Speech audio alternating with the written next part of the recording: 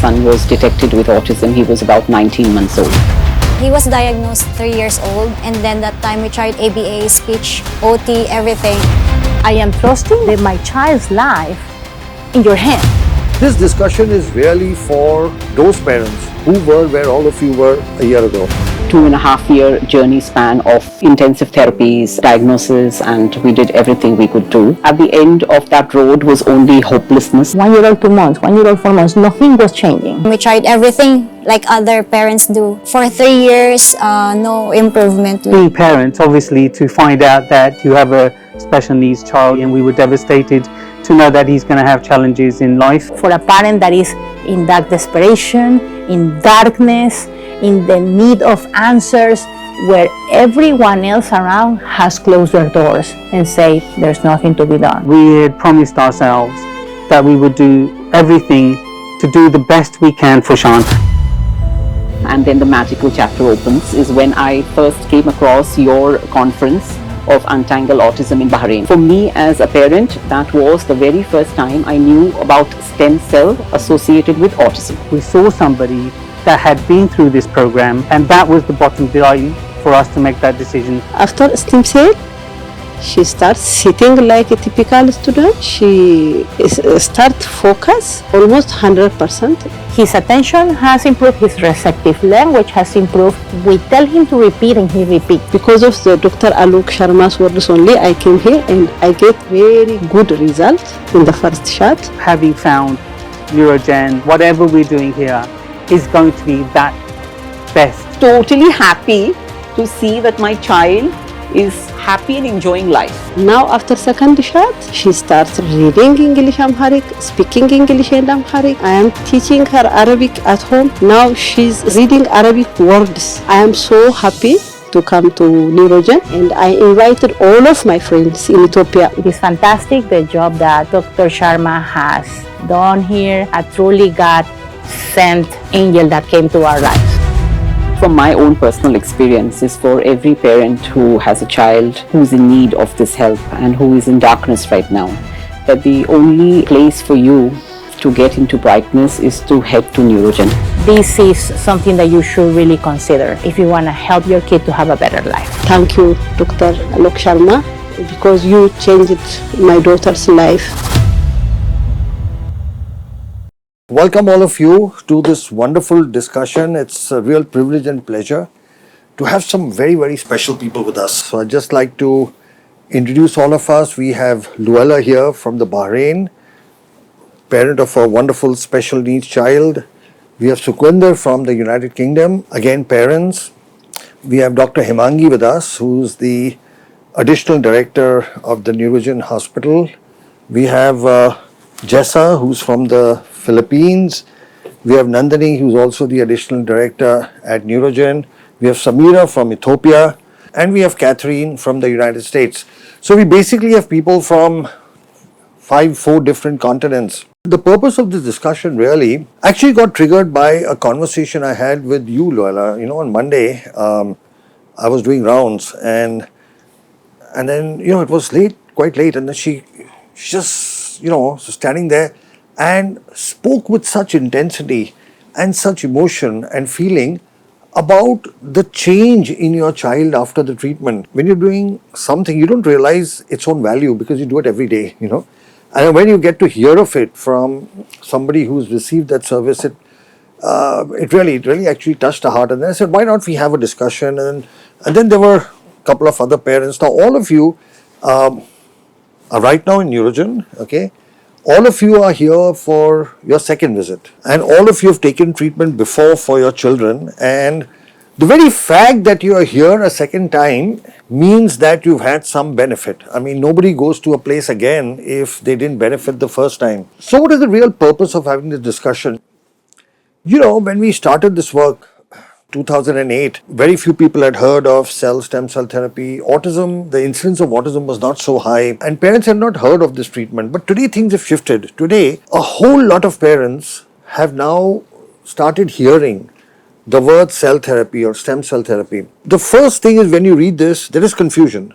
There's lack of clarity. You don't know Should you do it? Should you not do it? In the countries you come from, whether it's the United States or the United Kingdom or any of the countries in Asia and Africa, your doctors tell you, well, we are not sure it works. Some people say don't do it. Some people have not even heard of it, right? And so there is this confusion in parents' mind. Should we or should we not? I'm sure all of you have gone through that. Yes or no? I mean, you for several months, in fact, several years, you agree with me. It took you several months or years to decide to come here. So where all of you were 6 months to a year ago, okay, there are several million parents right now in that condition. Autism, as per the current data of its incidence being 1 in 31 children in the United States, roughly we would be having about 70 million kids on the spectrum. 70 million. Okay, if even a fraction of them are thinking about this, that's a couple of million parents. They are now where you were some time ago, but you were bold and brave enough to take a leap of faith and travel across continents, from the United States and from Africa and from the Philippines and from Bahrain and from the UK to come here, take the treatment. I'm sure all happier now. Okay, you've seen changes in your kids, suddenly from a state of hopelessness, we've shifted to a state of hope. I'm not saying our kids are completely out of where they are, but at least now we have a direction in our life. We have purpose in our life. We know, if earlier we were in a dark tunnel, now we may still be in the dark tunnel, but there's light at the end of the tunnel. So this discussion is really for those parents who were where all of you were a year ago. It's an open forum discussion. You're welcome to say whatever you want, So we'll start with you, Viola, since you're the inspiration for this discussion. Share with us what your journey has been, from the point of diagnosis to what you've been told. All the parents share their journey before coming here for the first time. So thank you very much for choosing me as the first. So my journey has started before I came to NeuroGen maybe 2.5 years ago, when my son was detected with autism. He was about 19 months old. And after that, there started a 2.5-year journey span of intensive therapies and diagnosis, and we did everything we could do. But at the end of that road was only hopelessness and darkness, and nothing seemed to look up at me ever. So, and not once in those 2.5 years that I did therapy or, send him to a school to pick up, whatever he could, showed me any signs of improvement. And after that, close this chapter of my life, and then the magical chapter opens, is when I first came across your conference of Untangle Autism in Bahrain. So for me as a parent, that was the very first time I knew about stem cell associated with autism. So when you spoke, suddenly it was like opening like a magical era, something different was here being said, which I'd never heard before. Somebody was giving me something which I didn't know existed in this world, because after 2.5 years of doing everything was bottling down on interventions which weren't working for my child. So from that conference onward, immediately, I think after 2 weeks, I was here after taking an appointment, and from there I did the stem cell, and at the time I did it, I didn't know the magical effect of it. I really didn't know. And when I went back after 3 weeks, this magic started working. And it started working, and gradually it took off from there, and it never stopped. It hasn't stopped till a year later. So things started happening on their own. This is why I call it magic. I didn't do anything to to make it better. I didn't go for any professional intervention. I didn't do anything. But my son suddenly started speaking words, started understanding language. Like when I spoke to him in 2 words, because it was always 2 words, because I was not used to knowing that my son could do that well. So everything was slow, but for me, knowing that he could speak the language, he could understand the commands, he was giving more attention to what I said, he did exactly what I said. So before I was talking to a wall, and then suddenly I have a child who's actually listening, understanding, and doing what I'm telling him to do. So that's when I started realizing now there is something different here. And it actually started later that he started doing writing on his own. He picked up pencil. So we spent more than a year telling him, can you hold the pencil the correct way? But he wouldn't do it because he still would fist. And then suddenly one day I come from somewhere and I see him holding this pencil correctly. without anyone being around him, and he was writing, though the words were big, but he was holding it correctly. So magic, of course, it has to be magic because nobody's told him that. And then after that, it went into different areas like social. That was the highest area I've seen in my child. So my child was actually in a bubble. World was only that bubble. So he didn't know world existed outside that. And then after that, it was this stem cell, it was like that bubble was completely crushed. And he entered into different worlds, that is different social world, different home world, different school world. And this gradual change kept on pouring out into all different areas of his life. So where he went into, earlier we took him to play areas and to school, but I don't think he even knew that he was there. So he was in his own world. But then after the stem cell, we saw that he started running behind children, where he was not even knowing that a child existed. He started running behind children. That running became verbal gradually. Then it became the interest to want to play and engage in their games, which was phenomenal because I've never seen something like this. And I have not given any formal, training for that. So I just watched him do this. And then from there on, it went into completely engaging with kids every day. So the social was on an all-time high. After that came, and I think it became better because he was able to communicate, even whether it was a few words, which gradually became sentences. And more than that, he could understand language, which was his first biggest barrier. So from there, the next thing that came was he got potty trained effortlessly. Wow. So that was my biggest, that was the day I was the most happiest because I thought this would take me a lifetime, honestly. But then I trained him for 2 or 3 days. And then after that, he has not had an accident in the entire year. So that's fabulous for a child who was not able to communicate. So this as well happened without any ABA or any training. So he was just able to express, he could understand language, so he started communicating, and that went on getting better, and there was just no looking back. So after that, we saw that when he went to school, he started understanding the social environment around the school. So he went to school before that as well, but he didn't know where he was.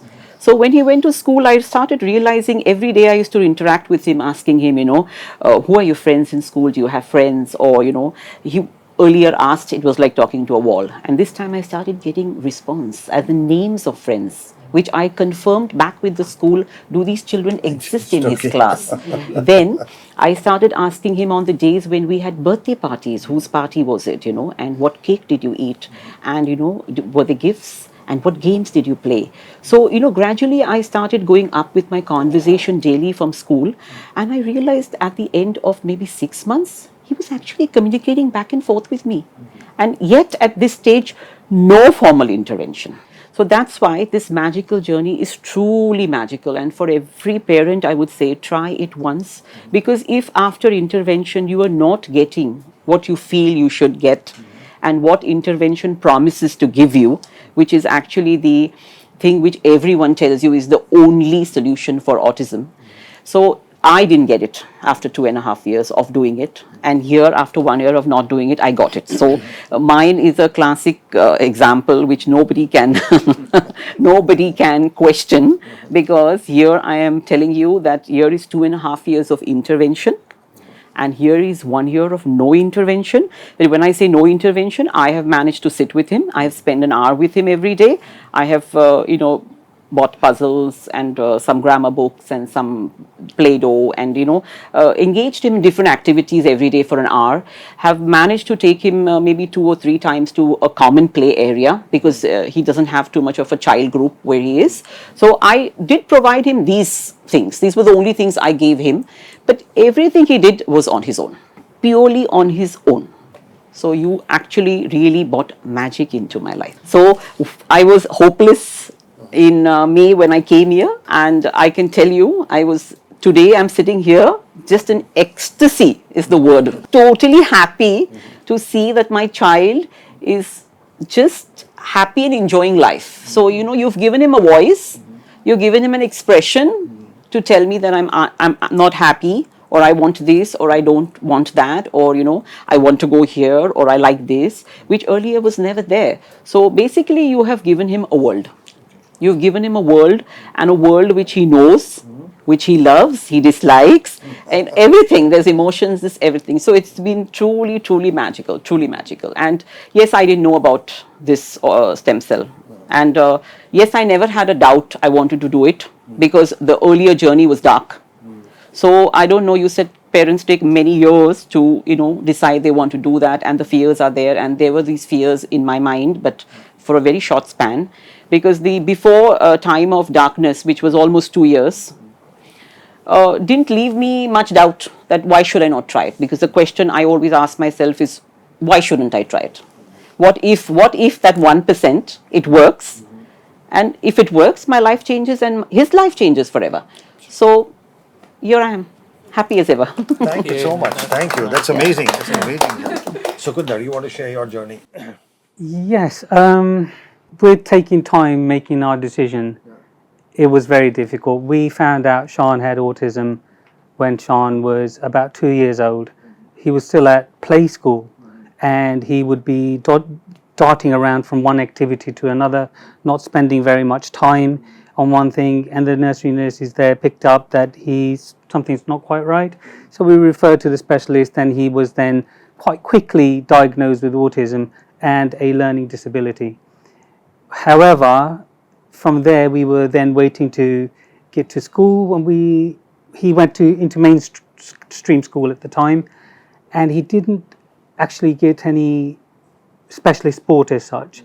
But being parents, obviously, to find out that you have a special needs child initially blows you away, and we were devastated to know that he's going to have challenges in life. And we were obviously determined to do the best that we can for him. And we weren't going to stop with somebody telling us that there is no cure for autism. We weren't going to stop with somebody telling us that what you have to do is accept his condition and live with it. So we're still on that journey of doing the best that we can for him. And initially we thought there wasn't the one-to-one specialist intervention available for where we were. So my wife and Sean came over to India, and then I subsequently joined them, and we stayed here for a year and a half at a children's development center, attending a children's development center, and he got the ABA therapies here for a year and a half. However, even with that, we found that he got to a point where they were saying that Sean's not actually progressing much more than that. And we, through circumstances, went back to the UK. With regards to NeuroGen, my wife had been doing research from day one, and she had identified NeuroGen, but we're very apprehensive about the treatment, the intervention.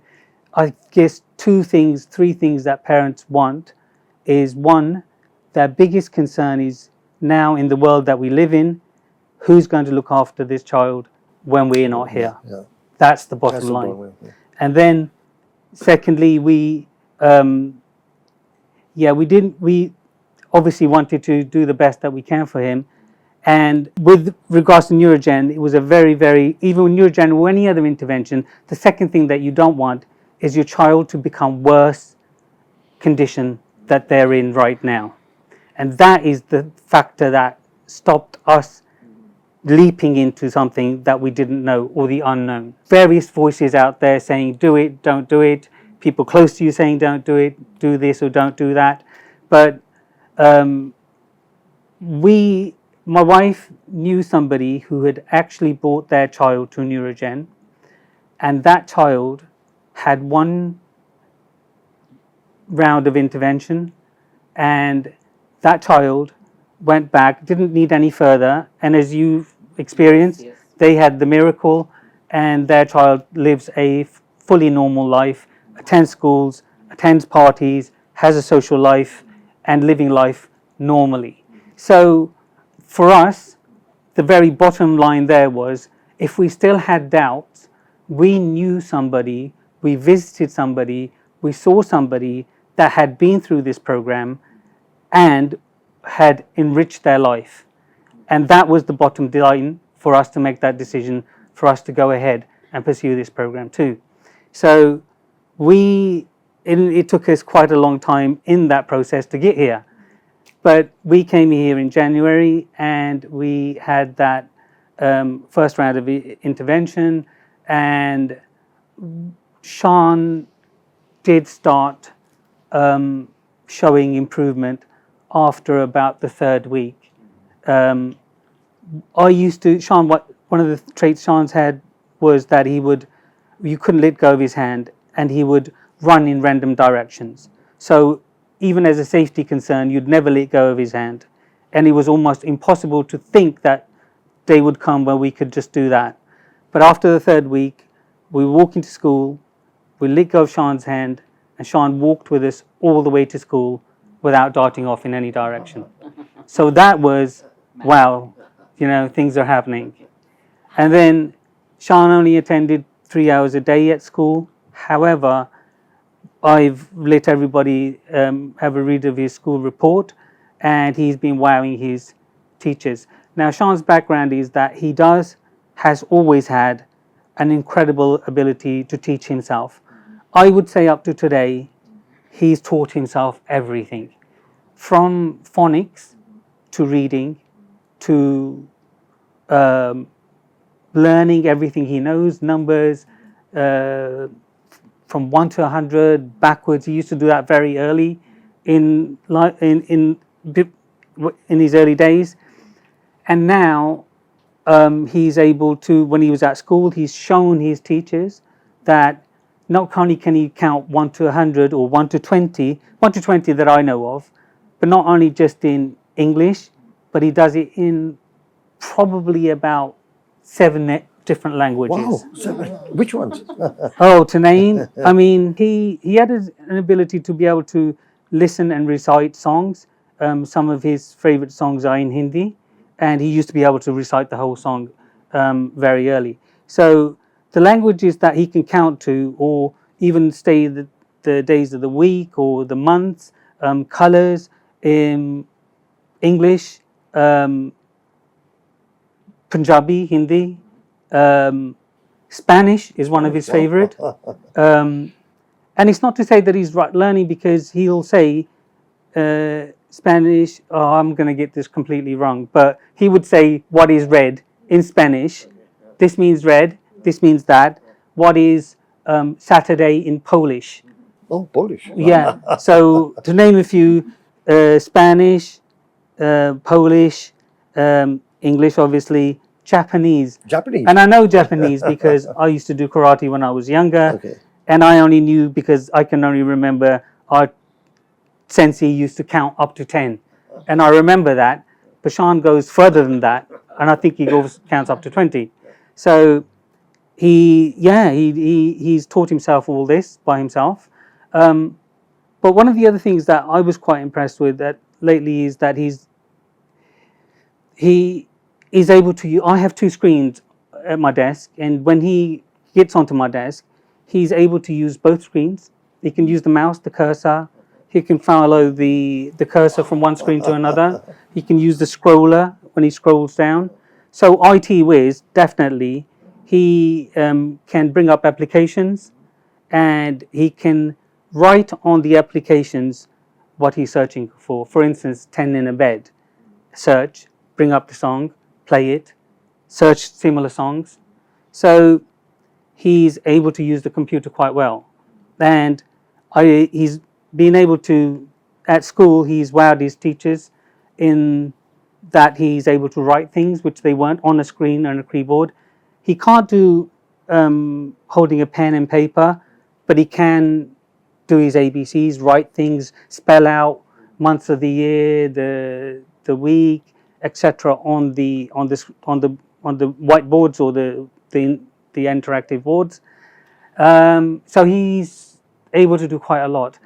The other thing that most impressed us was that the 2 teachers had pulled out a child piano from one of the cupboards and thought it might be a good idea, something nice that Sean could play with. And then they were standing there, and they could hear him. And she told me Sean played 3 tunes perfectly in tune on the piano. One of them being 10 in a Bed, Twinkle Twinkle Little Star. And she says both of us knew exactly which tune he was playing. But it's these hidden talents that Sean has, and he's obviously beginning to show them now. So he's had a very good, since he's had been to NeuroGen, he has improved quite a lot in his schooling. In his teach, he's very consistent.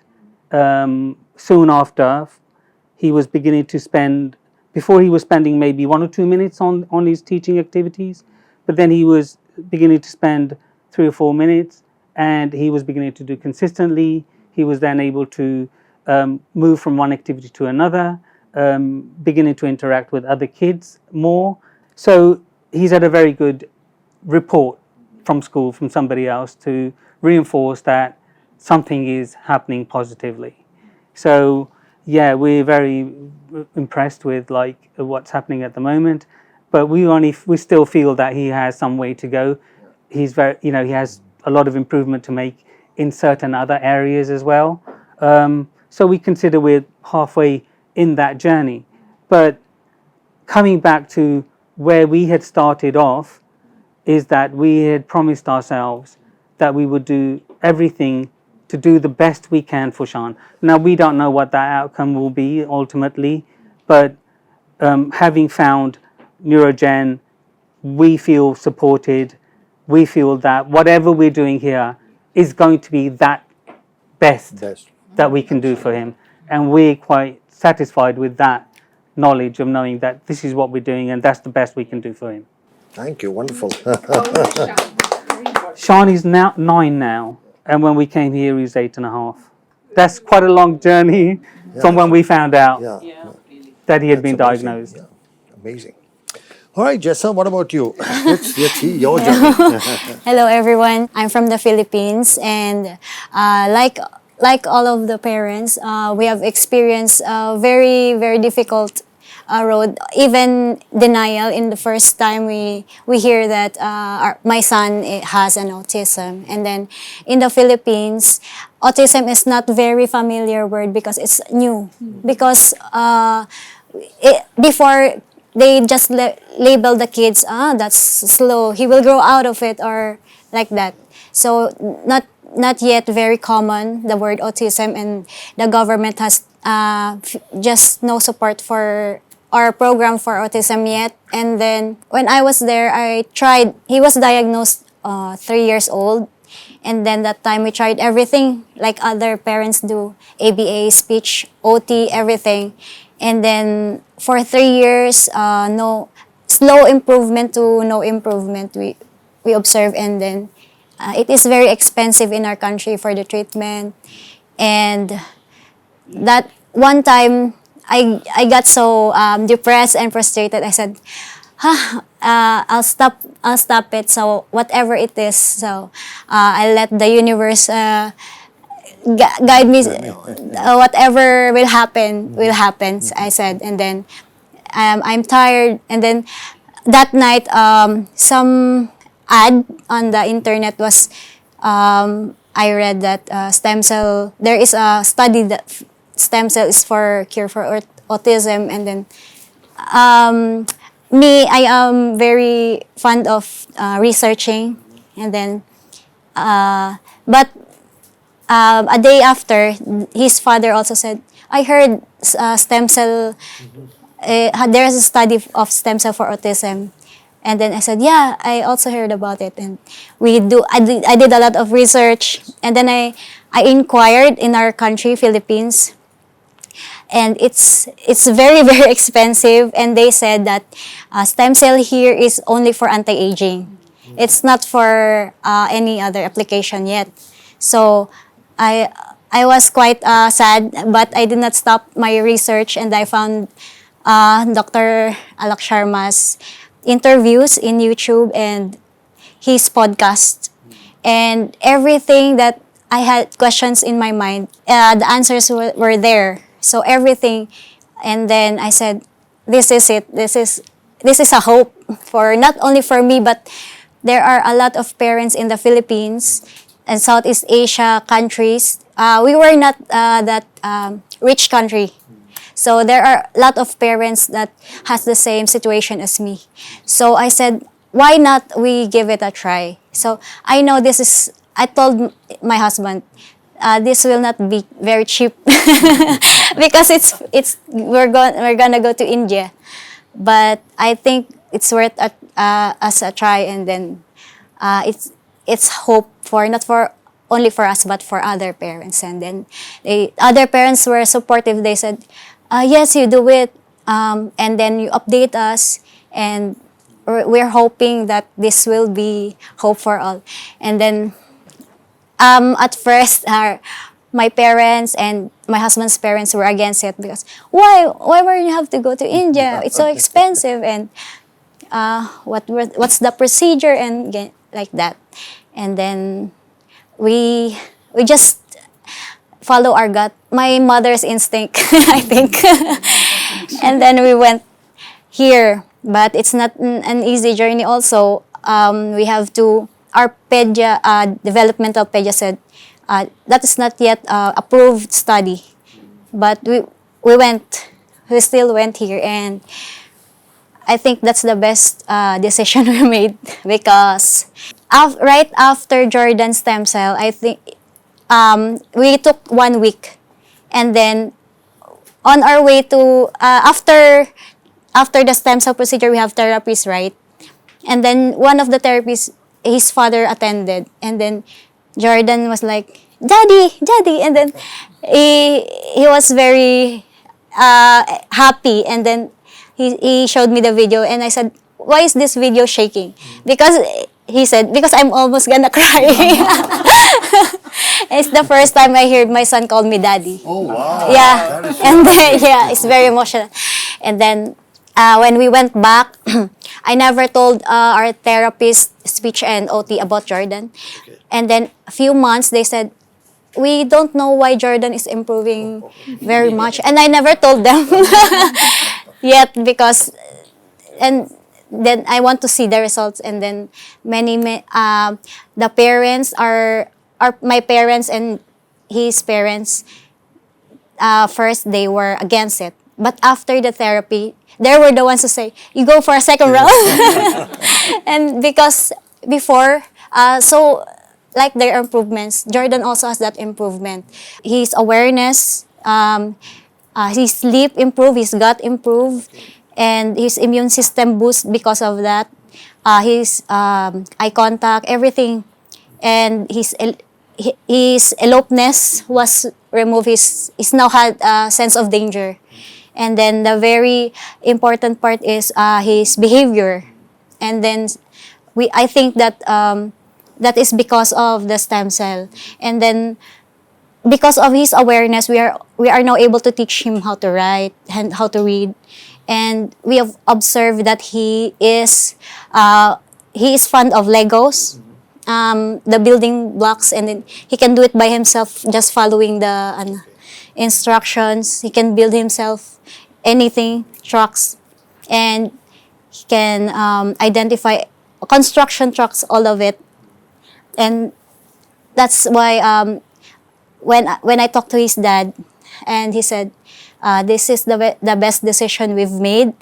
And before it, because doesn't have guarantee, right, that it's gonna affect or not. But he said, I don't want to look at my I want to look at my child when he is old, and said, I did everything that is possible and I have no regrets. So that's what pushed us to make it. And then it's worth it because right now we feel on his improvement. Right now we feel we hit the jackpot. It's about his speech. Yes, his speech. Before he was only 2 words, 1 word, and then after the therapy, he can make his own sentence, like let's go home, let's go house, or when he was he has a cut, he said, I'm gonna die. I said, I didn't know that he can form sentences on his own. I think it's the therapy, and based on his MRI, it's very it's a proof that he's improved a lot. Thank you so much. Thank you, Jessa. That's amazing. So much for sharing. All right, Samir, your experience. You come from Ethiopia. So tell us your journey has been. Okay, thank you. I am Samira, Rina's mother. Rina is now 9 years old. I came here only, I believe, Dr. Sharma's words on YouTube. First, when I hear about stem cell, I was a fan of searching, and I went to the YouTube and I sit the whole day and listen his words. Each and every detail I listened. You can't believe, for more than 2 months. I left my job before. I sit and listen each and every detail. Then I believe first. Then I try to tell to my husband, my brothers, sisters. Everybody refuses. But my husband didn't refuse. But he afraid, because Rinaz is the only girl in my house.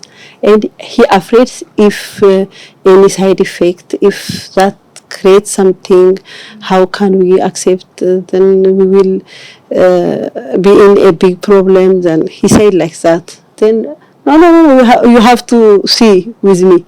Then when he come from office, he's a busy man, he's a police commissioner, he's so busy. Sometimes he come from office 9 o'clock night. Then I open, just I tell him to sit and listen.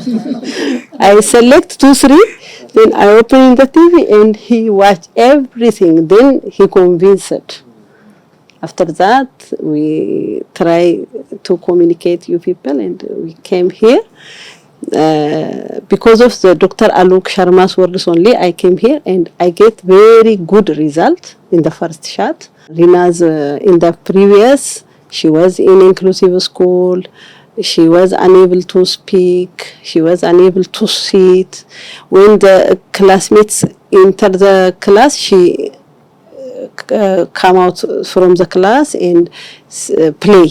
When they out to play or to eat, she enter alone with her assistant and write everything by help of the assistant. After stem cell, she starts sitting like a typical student.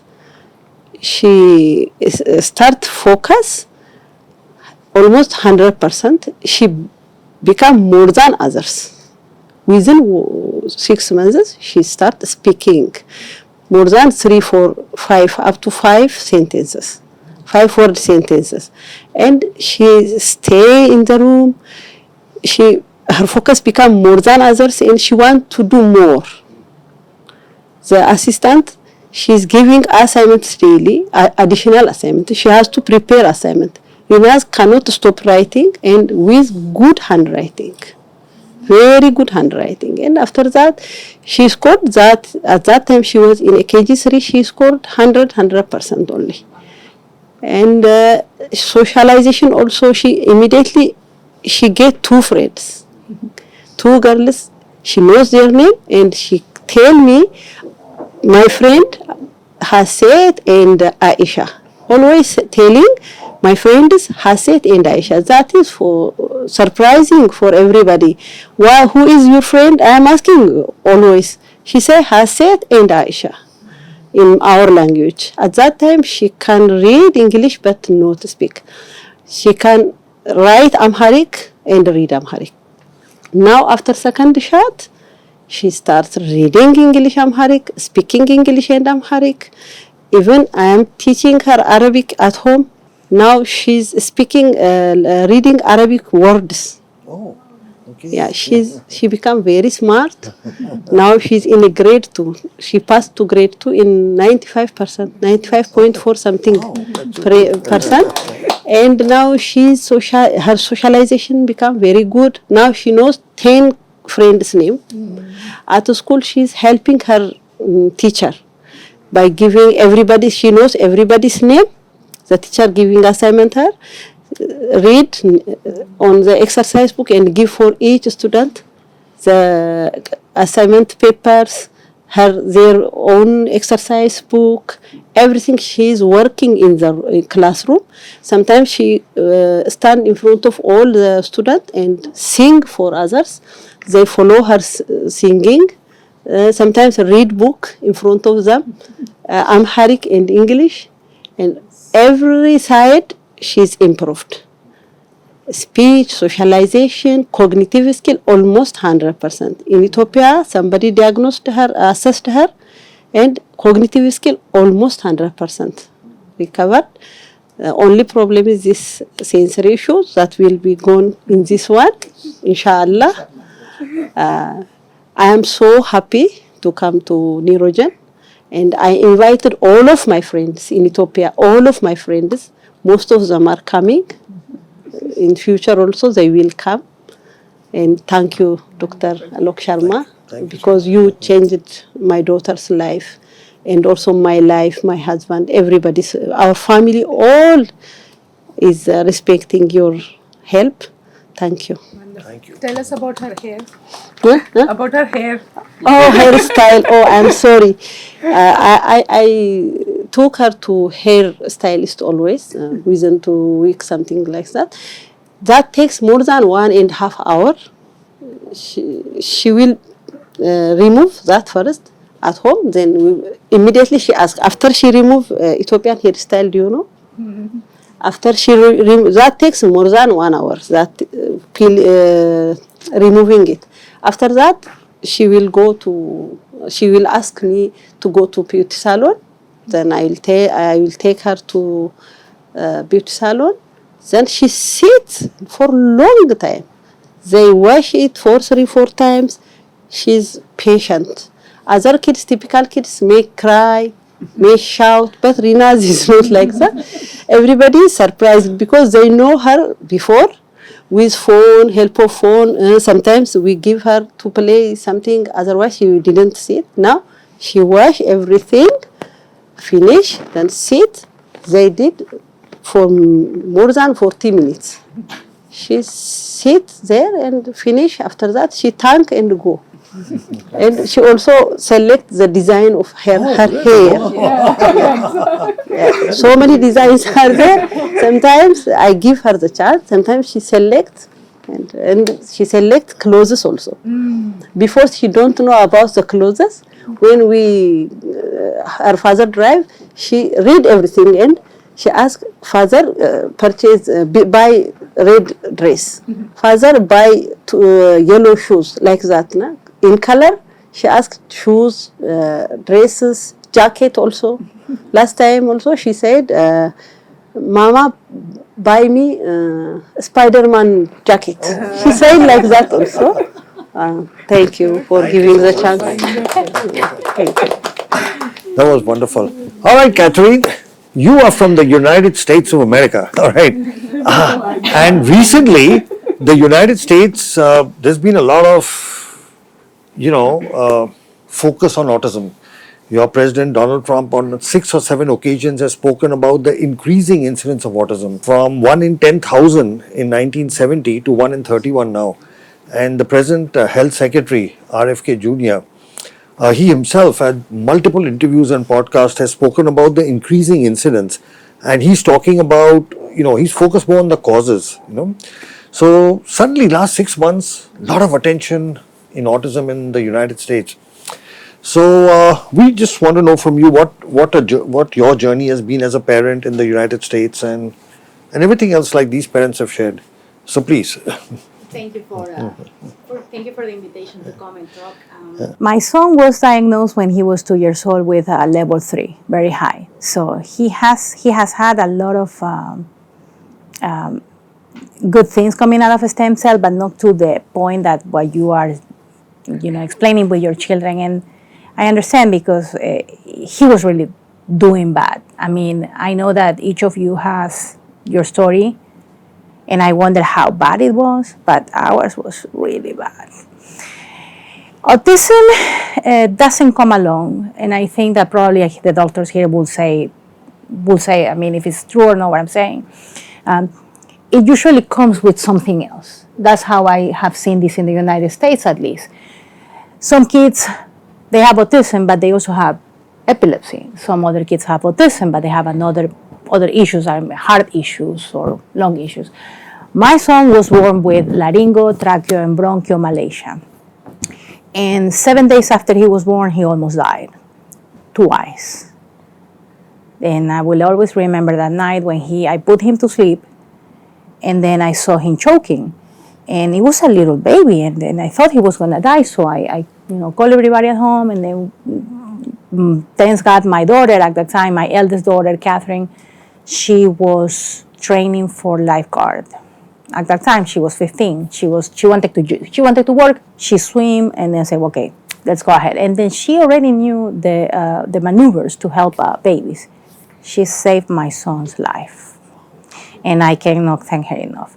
Twice, because when he started to breathe, he went on shock again. And if you have ever seen something like that, I saw him with these two eyes turning blue. He was blue for the second time, and I thought he was gonna die.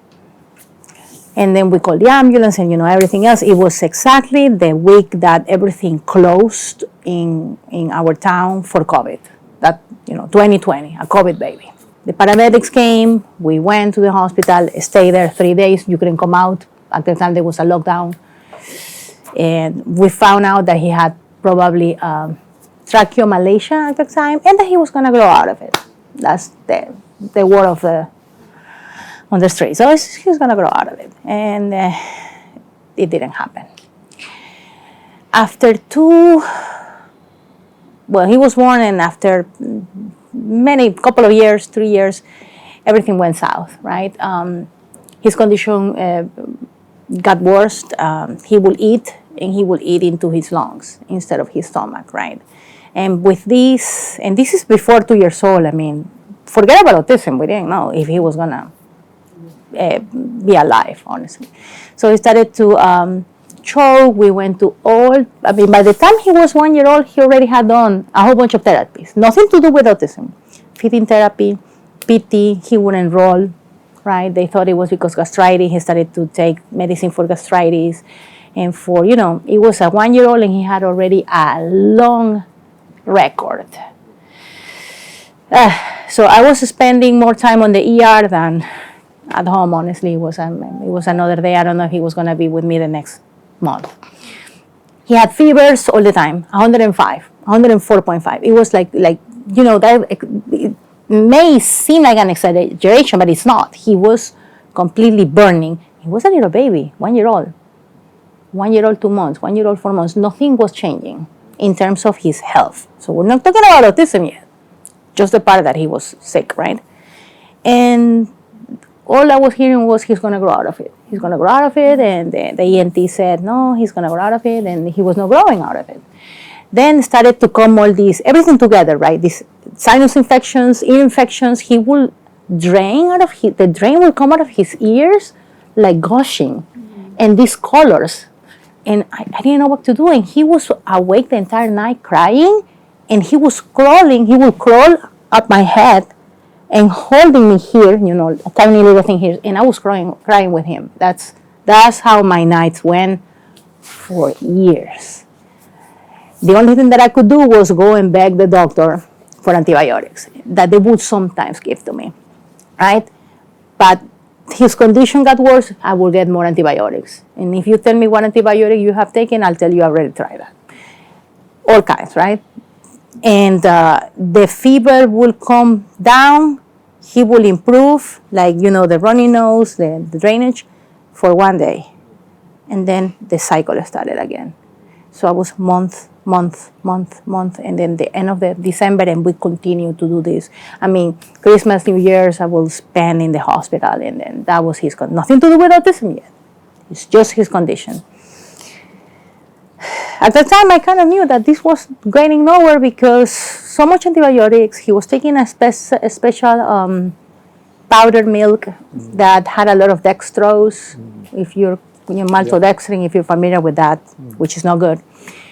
A baby, the skin in his body will peel by itself in perfect circles and started to bleed. So out of the sudden, I would just grab him and he was bleeding. like a circle, bleeding everywhere, all over his back, his private parts. And this was because of the antibiotics. He was taking so much antibiotics monthly, one antibiotic after another.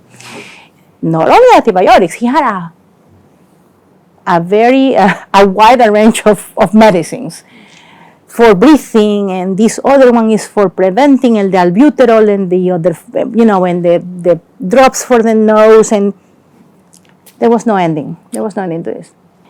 Finally, we had to reach out to another city north of us in Washington, D.C., to another set of doctors and say, we need a solution for this. And they told us, okay, if your doctor doesn't want to do the surgery, we'll do it. It was a simple cleft repair, right here. And then hearing that back at home, the doctor said, okay, I'll do it. I mean, I still don't understand why we had to wait so long and say that the child was going to grow out of it. I'm not a doctor, and I'm not disrespecting my doctor, because I know that he is a really good doctor, but the reason why we had to wait so long, I still don't understand why we had to wait so long. By the time that he almost turned, it was 3 years, and he got the cleft repair, and by this time, let me tell you that he's been in the ER and in the operating room for many, many times, where he has had a team of doctors, the gastro, the pulmonologist, and the ENT, everybody, because he was so little, a 1-year-old, and 1.5-year-olds, and 2 years old, that you wouldn't give him anesthesia 3 times. You have to give one anesthesia and do everything at the same time, right? To not expose the kid to so much medicine. So they will check his lungs. His lungs were full of food. And they will take out a component called the pepsin and send it to test, and the test will come back 700, when normally in an adult is 50. So you can see how much it was. And the doctor the pulmonologist will say, well, this is wrong or whatever. Well, he had a lot of problems swallowing, right? He had swallow tests, you name it, like how many times. All that barium, he still has it in his body. And then he would say, well, we have to repeat this again. Yeah, soon enough, he was having fevers every day, until like probably 6 more months, 7, 8 months. We'll do another round of these scopes, right? Everything here. Get another sample, and this time was higher, 800. So it was not 7, it was 800. So maybe. And then I think that they were concerned because I couldn't see the end of the line of the tunnel. Still not autism diagnosis yet. But you could see things like he wouldn't look at me in the eye. But I was really more worried about him surviving. He was going to be alive, like I said. And then finally, when he got the cleft repair, it took him 6 months. He was a different person. He started to swallow. He started to drink. There was no more that sound that is kind of like a whizzing that he had. And then it's like, oh my God, he's going to survive. But now we have the other issue. We finally were able, after waiting a long time, because in the States you have to pray to whoever is your God, to get a sooner appointment, we were able to get diagnosed, because you need that script to go to ABA. So we were seeing little things here and there, and then, okay, he's autistic. I didn't know what that meant. The neurologist said, it's okay. That means that, I'm not as good at basketball, she said, but if I train a lot, I might be good at it. So that's how that was kind of like the example. So I thought, so that means that maybe with a lot of therapy, he's going to be okay. And that was farther from the truth, right?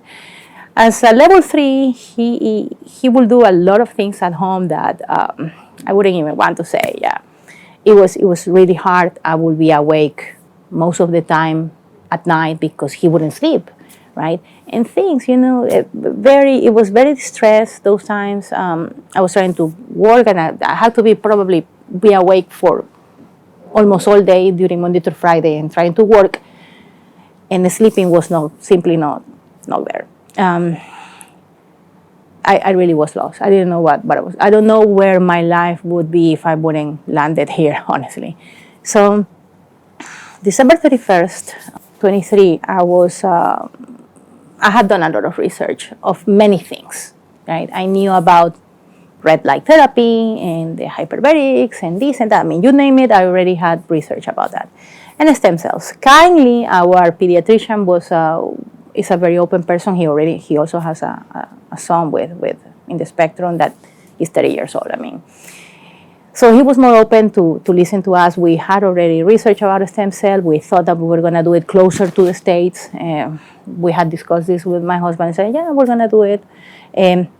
We really didn't know, but we wanted to talk to someone, right? So our pediatrician was kind enough to connect us with someone who had already done this with her 2 kids closer to home, right? And she said that it was really good, that her experience had been very positive and all that, right?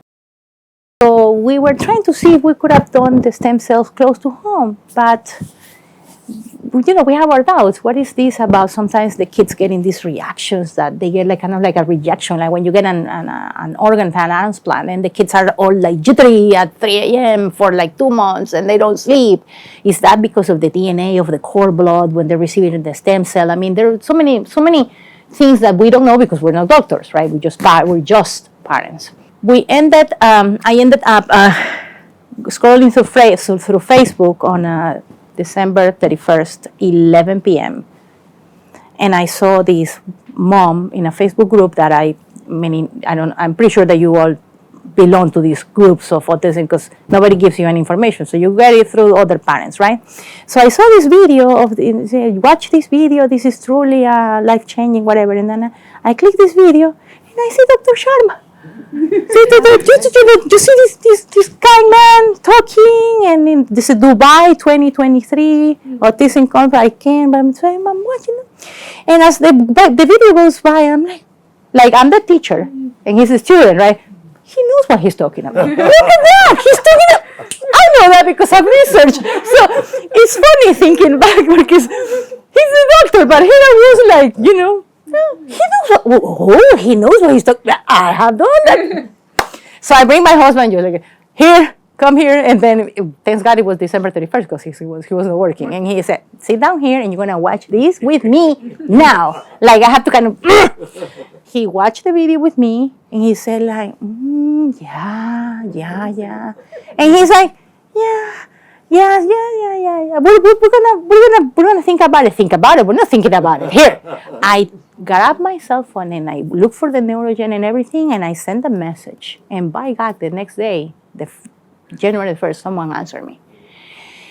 And it just from there, it was like boom, boom, boom. But still, I think that what is important to know for parents is that you're crossing the Atlantic. You're going to a different country that you don't speak the language, right? You don't know if it's a scam for what matters, because that's what you hear. I mean, in terms of the IT technology, people scam you from India or Russia or whatever. You don't know if this is real. Is it real? Is a real hospital? For real? You're doctors and people? You don't know. There is, and I completely understand that. I mean, I remember I was taking the flight that time, and I was even crying because I didn't know if I was gonna die, or someone was gonna kidnap me out of the airport, because it was me and my son, and my husband was not able to come with me the first week. So yes, it was great. The flow. The thing is that here in India they use a lot of WhatsApp. We don't use that in the States, so it seems a scam, right? So I think that was probably the most distressing thing is like everything was WhatsApp, and you didn't know if these people were real or maybe it was. And I'm telling you, so you know the point of view of someone in the at least my point of view living in the States. We were able to get everything set. It was a very structured process. Little by little, the doctor has to see all your records and all that, until we were here. Kindly, Dr. Sharma took our call very late here at night. I think it was probably 10 p.m. for him. We have a time difference. And he asked me, what questions do you have for me? But I have already done all my research. So I went straight to the point. Okay, what happened? How is this done? You take it out from the hip, yeah, boom, and then you put it to spin, yeah, that is called the potentiation process. I didn't know that word. And then you put it back in the spine, that's it, and then okay. It sounds credible. We said, let's go ahead and do it. I crossed the Atlantic, I was here, and this is my second time. And that's the story. my husband was here the second week, right? I was taking picture videos and everything, praying to all the gods above. And Dr. Sharma told me, I mean, look at this, 98% of the intake was back in the. I'm like, yeah, whatever that means, I don't know, but it sounds good, right? We went the next day of the stem cell therapy. Ray sat up on his bed, and it was like someone turned on the light, and he was living in darkness, and he was looking at the floor, and then at the ceiling, and then at the window, and at me, like, oh my God, I understand. I don't know what, but that was his facial expression. I don't know why, but that's what happened. Then I called my daughter, my middle child. She was back in the States, and I said, hey, I'm calling so you can see your brother, right? And I put her on the phone, and she's like, Ray. And he looked at her, and she said this word, up. And we were surprised, and I'll explain to you what up means. We have a pull-up bar in my husband's office, and then she likes to hang herself, and she tells him, say up, but he wouldn't say anything because he didn't talk. Point with your finger, and he would be like this, like, okay. So if he at least does something, she will grab him with her legs and swing, and that was the up. So interestingly, he recognized her as up. So you're the girl that does the up for me. That was very touching, and that was the very first day. The second week, because the first time we came here, we went for 2 weeks because of all the therapies, which, by the way, people think that stem cell is like the golden ticket, and it's not. It's the push. The therapies that comes after are what's important. So I just want to make sure that I mentioned that part. So the second week, when we were at the pool therapy, and he comes out of the pool, and we were waiting for the elevator, and then he says, cat. It's the first word that I had ever heard him since he was born. Oh, really? Cat. Okay. And we're looking like, did he talk? Yeah, he said, cat. Then he's, oh, now I see, second time, and then he's like, cat. 3 times. First time here. That was the second week, but we didn't know why he was saying cat. And when we look back, oh look at that! There's a cat there on that chair. Oh, so that was he was referring to the cat that was in the chair next to the door on where the pool is. And we're like, and then after that, these little moments of awesomeness have happened almost every day. Now we went back. Everything that you have said here, these other parents, is the same thing for me. The awareness, he's aware. He doesn't run away. Now I can calmly park, get out of the car, and I know that he's not going to run for the street and die, right? So he comes and walks with me, and he's, these kids are very structured. He has a structured mind. Okay, I get out of the car, I need to go to the house. So he doesn't wander. He goes with the same schedule, right? He knows he gets in, sits down, take off shoes. So he follows instructions, right? And if he's confused, he looks at me, and then I try to use not a verbal, but also prompting, and he actually follows. So his attention has improved, his receptive language has improved. He's not talking on his own, but we tell him to repeat, and he repeats everything, numbers, letters, and things like that. Yeah. At school, they said, "Oh my God, he's improving." I'm like, "Yeah, it's not because of whatever you guys are doing." I'm not diminishing the work of teachers. I just want to make sure that you understand that it was not going to happen on its own. Like people say, "Oh, it's okay. It's gonna get better with therapy." With all due respect, it's not. It doesn't. And if it's gonna take X amount of years when you can give him a boost and he can have a better life before, right? And then we had the the conference in Orlando this year, which I attended, and I was explaining to Dr. Sharma that it's been like 3 weeks, and I told him, because I always am hugging him, and giving him kisses, say, "I love you," and he looked back and said, "No." Oh,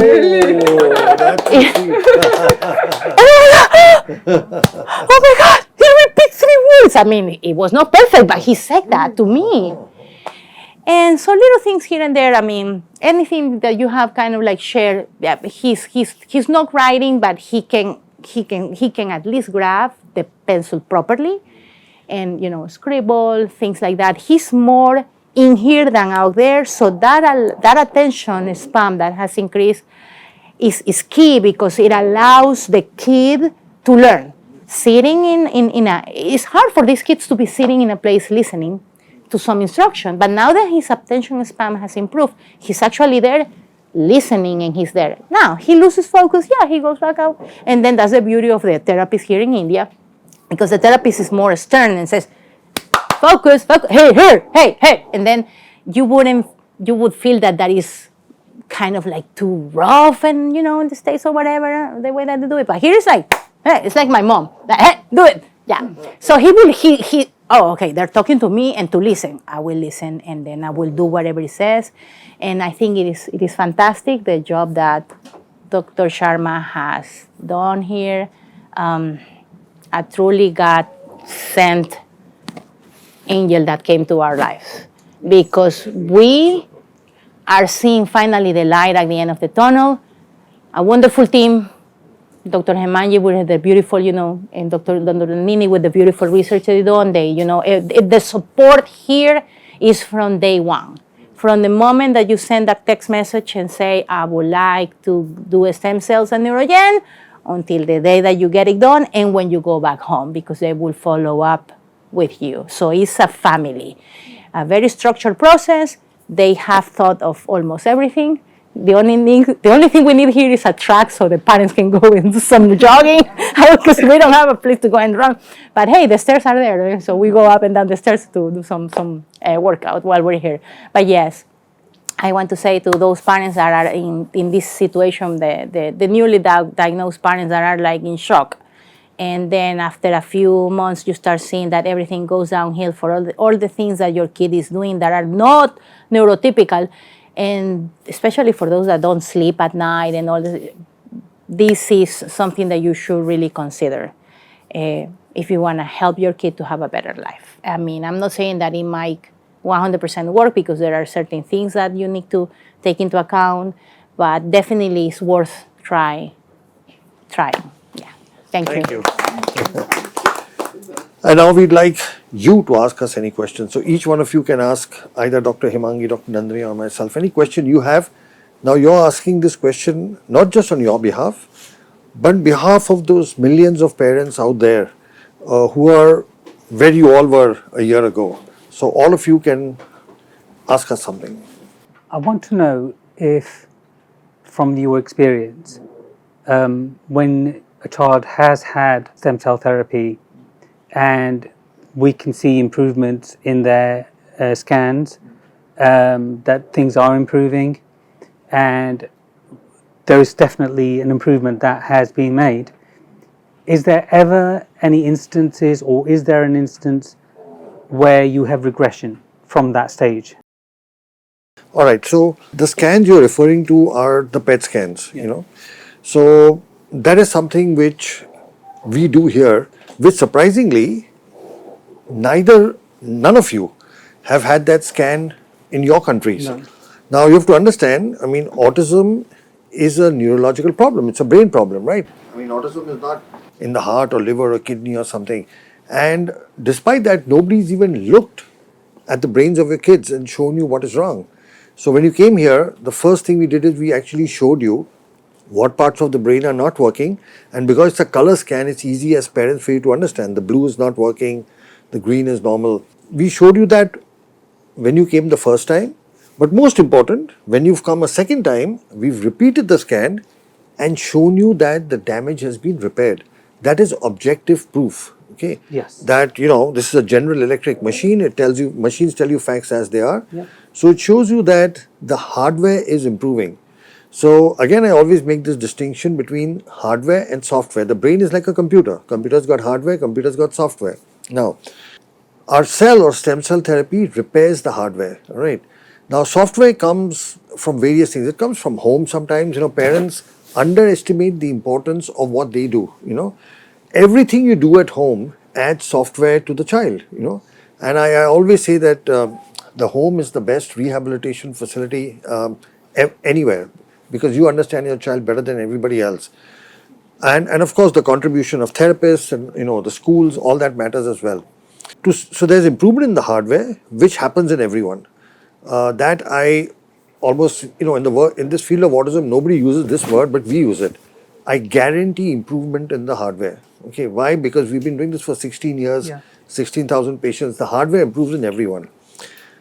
But sometimes it's reflected in the child's improvement, sometimes it's not. And that may be because there is not enough software coming, either from therapies, the environment at home, or school. But to come specifically to your question, have you seen regression? Once there is an improvement, you almost never see regression except if there is some serious either physical or emotional downslide. For example, a child who falls very ill, has very high fever, I'm not talking of cold and cough, I'm, like malaria, dengue and stuff, then you may see some regression. I mean, I'm not saying they become worse than what they were before but the improvements may partially regress. We've also seen this in some families where there was an emotional disruption at home. We've had a couple of families where there was a divorce in the family after the stem cell, and the child was improving, and suddenly, with the child having to relocate with one parent, there was a transient downhill, which means any physical pressure or emotional pressure on the child could stop the improvement or partially cause regression. But these are temporary things. So it's very small cases, but as a routine, as a general rule, it does not happen. I have two patients, like her son. My Rinas was also at that time, in the first shot, she was watching us like a new. She was seeing I am in her father and like a new person. Did these kids not know us? Everybody knows they are the kids. And so that's a very interesting question. It's a very interesting question. So basically, they do know. Okay. However, they aren't able to process it, understand it, and express it. Let me put it in a more simple way. Again, the brain is like a computer. So a computer's got input. Like you give input. So we also have input. We see, we hear. This is the input. Then the computer processes that data. So we have a brain that processes that data. And then a computer gives you an output. It gives you a result or a printout. So we also, what we speak, what the actions we do are our output. Okay. What we are finding in children on the autism spectrums from their PET CT scans is that their smaller brain, or the cerebellum, which is like a processing unit. It is it's the autopilot of the brain. It processes information. That is blue. You've seen in all the kids, which means they can't process information. So there is an input. It's not getting processed, and they can't express it. Right. So they see you, they know who you are, but they are not able to process that and give you an appropriate output. Now, when with our stem cell therapy, the cerebellum starts getting repaired, now you start seeing the output. It wasn't that the I love you wasn't there, it was there. The damage in the brain wasn't allowing for it to be expressed. It's there, and I think that is, it's so difficult. Imagine having all this thing inside you which you can't express. It's all just there. That is the tantrums and the behavior. So that's all we do. The stem cell will not go and put recognition of a parent, okay, but it will let the child process that, understand that, and express that. It just facilitates what's already there. But that's a very interesting question. Very interesting question. And the other thing is, how many times should the kids take the stem cell? Is it different as per their different. It's level? completely different. Primarily, of course, it is based on the damage that we see on the PET CT scans. It also depends on multiple factors such as age. Obviously, kids below 5 do better than kids older 5. It depends on the sex of the child. Females do much better than males. For some reason, girls do better. It also depends partially upon the degree of therapy that is going on. But most important, and I say it depends on the environment at home. We believe that the environment at home is the game changer. It is what shifts everything. When the whole family is working in sync as a team and being supportive of the child, you have far better improvements. As a ballpark figure, on the PET. All of you run the PET scan. You saw that blue. Well, if the damage is 15% or less, we call it. This is our classification, not any book. We call it a mild sort of hypometabolism or damage. Now, this is a very small percentage of patients. Very, very few patients come with less than that. they are likely to respond to just one treatment. Those who have between 50 to 30%, and the majority of our kids we are finding between 25 to 35. The majority of kids come in that range, the people who come to us. If it's between 15 to 30, they require at least 2 treatments. Anything more than between 30 to 45 or 50% require 3. If it is more than that, they may even require 4. So it all it depends on multiple factors. And there's a whole lot of other things. We found, for example, now we are finding that, see, earlier till 2019 we were doing cell therapy and rehabilitation. Now we've added a hyperbaric program, a ozone therapy, a gut cleansing, aquatic therapy. So some time ago, Dr. Hemangi, who heads our research, analyzed the data. She analyzed over 700 kids who had taken just the cell therapy and 700 who had taken the cell therapy with the hyperbaric and ozone. And whereas we found the average improvement in the only cell therapy was 87%, the one with the oxygen and others was 93%. Now 6% is a big difference, okay, between the two.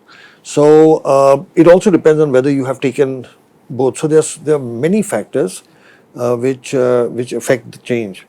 Both very interesting questions. Do you want to ask any question to any of us? You can ask Dr. Hemangi, Dr. Nandini, myself. Yeah. No. Oh, you have another question? Yeah, Yeah, please. yeah. I think coming back to why it takes parents to take that leap of faith in getting this type of treatment is they have been told that there is no approved program. So whatever you're doing is that you, and even with the follow-on therapies. I mean, we now in the UK have more.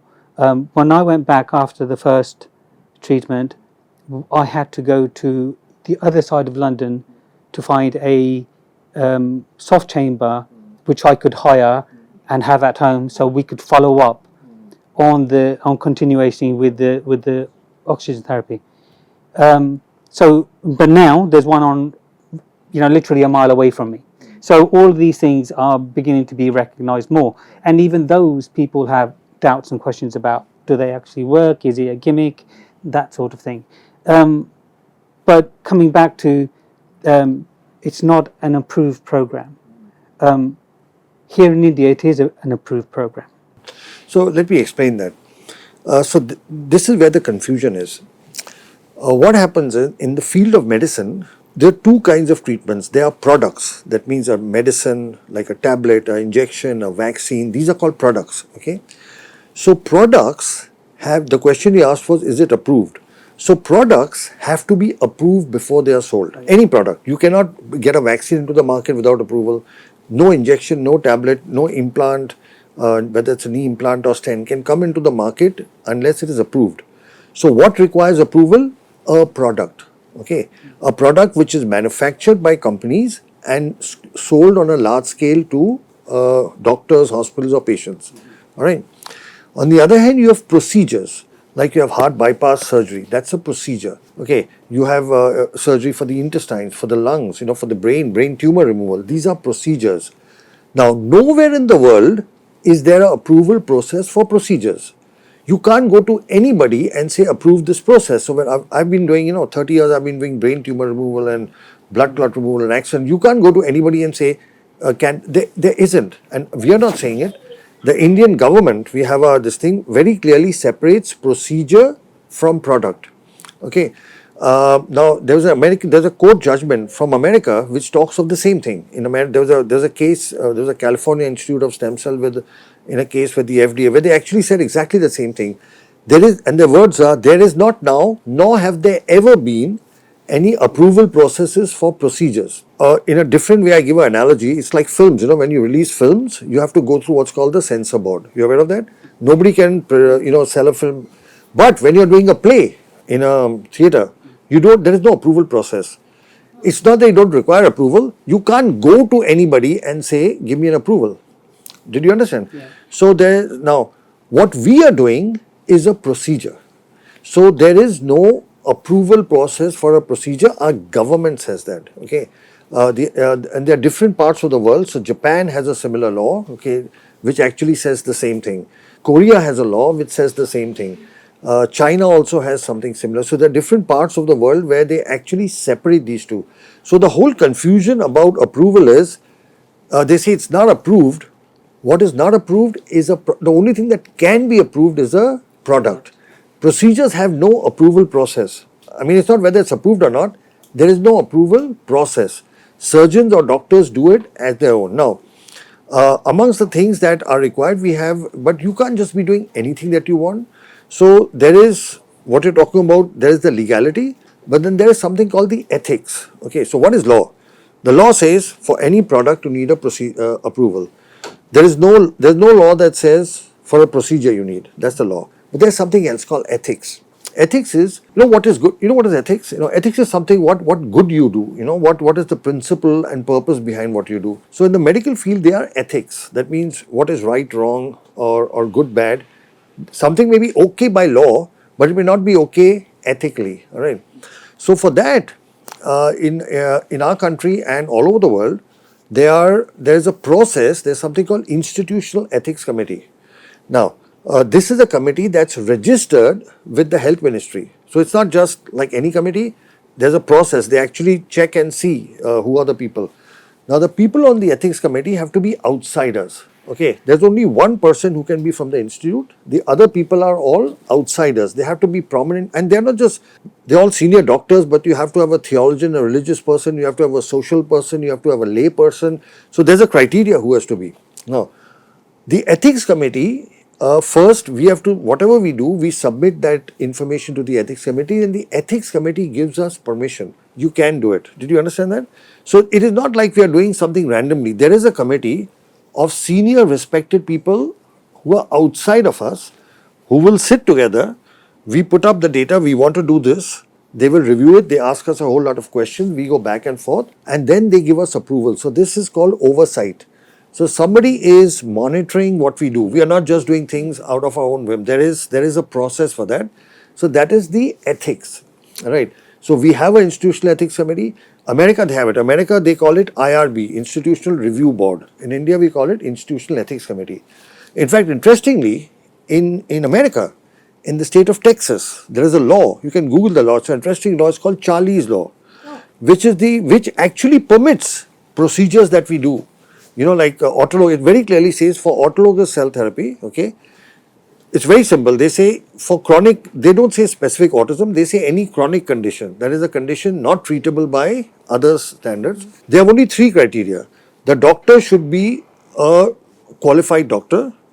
The hospital should be a registered hospital.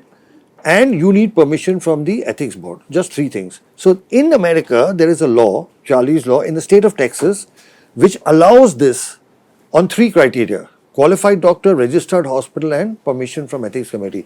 So that question, your question, it's difficult to answer that question because the question is flawed. Okay, because you understand, you're saying approval for something for which there is no approval pathway, right?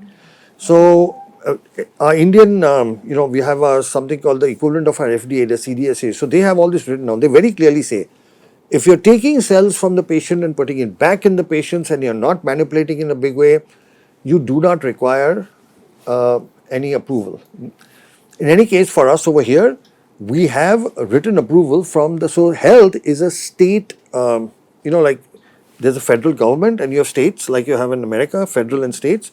So health is a state subject. And the senior-most person in the senior-most authority is the Health Minister of Maharashtra. So we have written permission from them. See, approval is different from permission.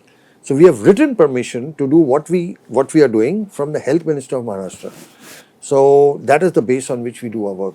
Approval of the Ethics Committee, permission of the Health Minister of Maharashtra, and in accordance with certain rules and regulations of the government. Now there are different bodies. We have some research bodies, which actually they have some recommendations where they say it may or may not be recommended, but that's different. That's a recommendation. You may have an opinion, you may have an opinion. That's your recommendation. So yes, there may be some recommendations that, as you're aware, most of your doctors have said, this shouldn't be done. So obviously any recommendation that comes from that side will not be very favorable. We also have some very positive court judgments. I have to tell you, this is very interesting. So there was there were some recommendations made by some a commission, and so that parents of children with autism had gone to court to fight that, and very interestingly, they had called some doctors from outside, and things were not going so well. In fact, the lawyer said, "Now, you can't win this case because those other doctors were giving a negative feedback." And then, among the parents, one of the mothers was a doctor, okay, and we had treated her child, and her child had very severe, autism, and she asked for permission to speak, and she went up in front of the judge and spoke. And oh my God, she spoke so intentionally, so passionately. She said, "My child could, and she in front of the whole court said all the things that a child could not do. For example, a child used to eat her own poo, eat a poo and plaster the wall with a poo. Imagine saying that in a court. So my child used to do this. Can you imagine? After the stem cell therapy, they stopped. And the judges, they didn't know what to do. They gave a complete 360. The judgment came, you cannot stop this treatment. It said this is their fundamental right, And who did it? Not the lawyers. A mother who was not a lawyer. She stood there, poured her heart out, and said, "This is what my child, used to do, and this is how my child improved." So, we have court judgments that say that you can do this. We have permission. So, from the legal side, so there's the legality. Legality is decided by courts. We have court judgments that say that you can do this. The court judgments that separate stem cell product from what we do in the procedure. We have a permission and we have the ethical approval. So this is the base on which we do our work. Did that make sense? It does. Yeah. It is. I would like to, if I can, ask a question related to him. Yeah. Like most parents, when they know about stem cell, the first thing that would come to any parent's mind is, no matter we will sit and say all these magical things that happen, I think all parents, the first thing that hits them is what are the side effects and the risk. I think no matter how much is the good, the focus is always on what can go wrong. Absolutely. And what can my child face in case something goes wrong.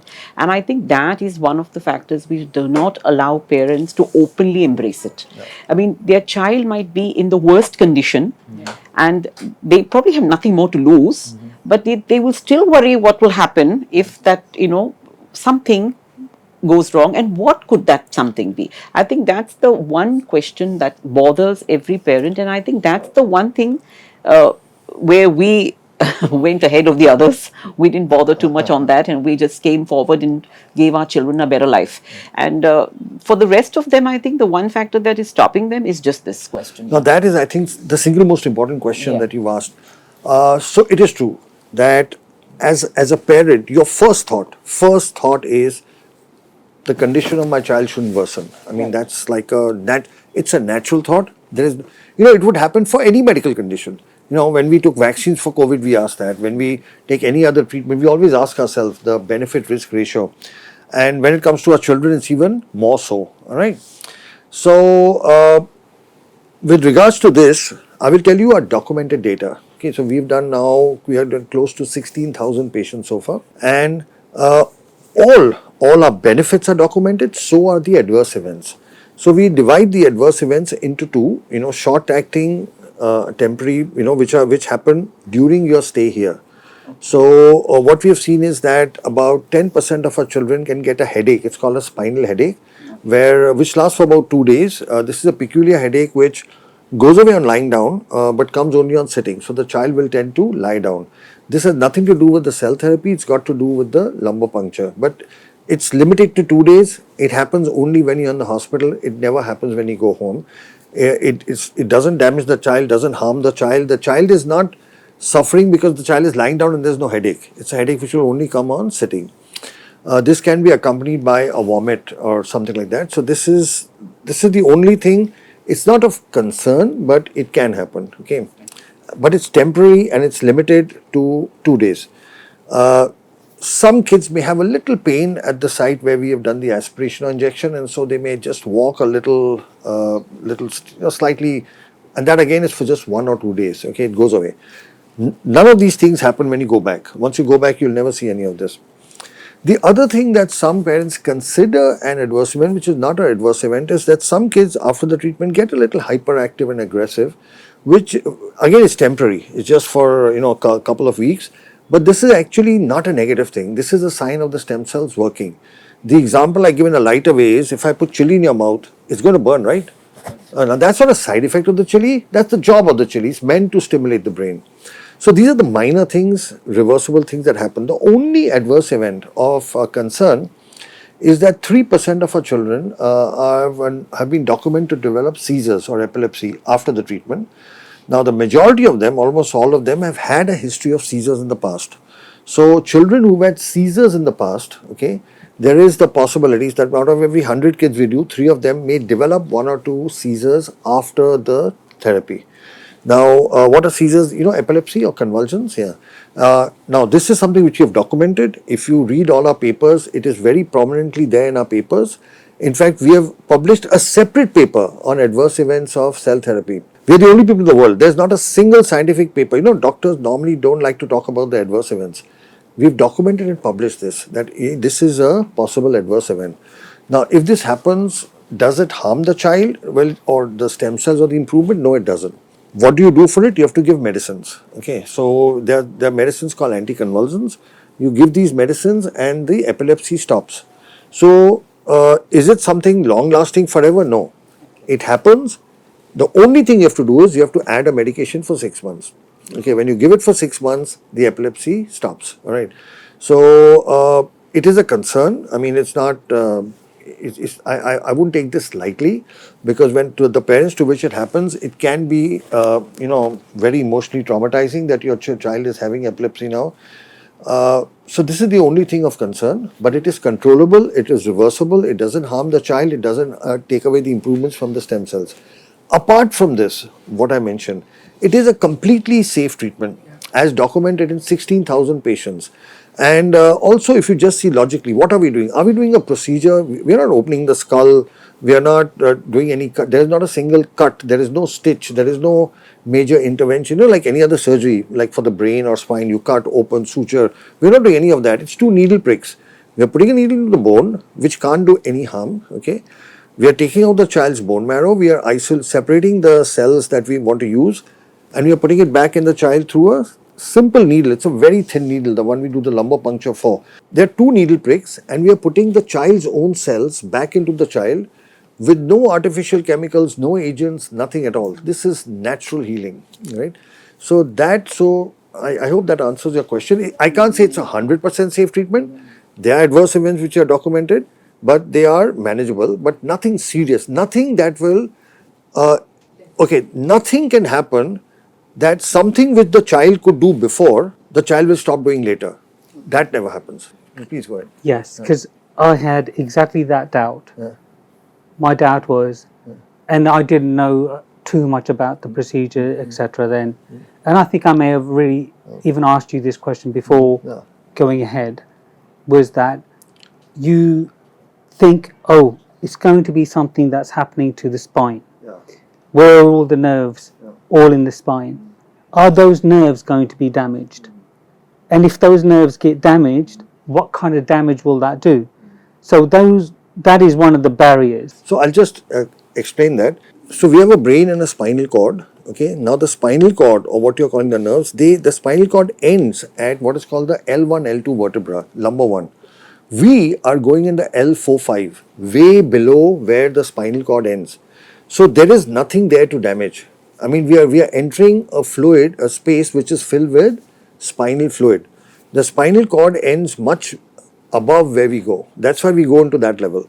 So you can't hit the spinal cord or any of those nerves. It's not possible. I mean, there's just empty fluid there, And had I known the answer to that question, that I was asking myself, would have come earlier. I would have come earlier. This is the only, I think, thing that frightens parents, takes them back, and they keep thinking about it, and the more they think, the more they get pushed back. And I have one more question. Yeah, please. Yeah. This is about just people thinking that if my child already has autism or whatever, whatever the condition for which they come here, and then if he's already in this condition, then would his own or her own stem cells be healthy enough to make a difference? So, Again, would very- a donor very- cell would be better? Very, very good question.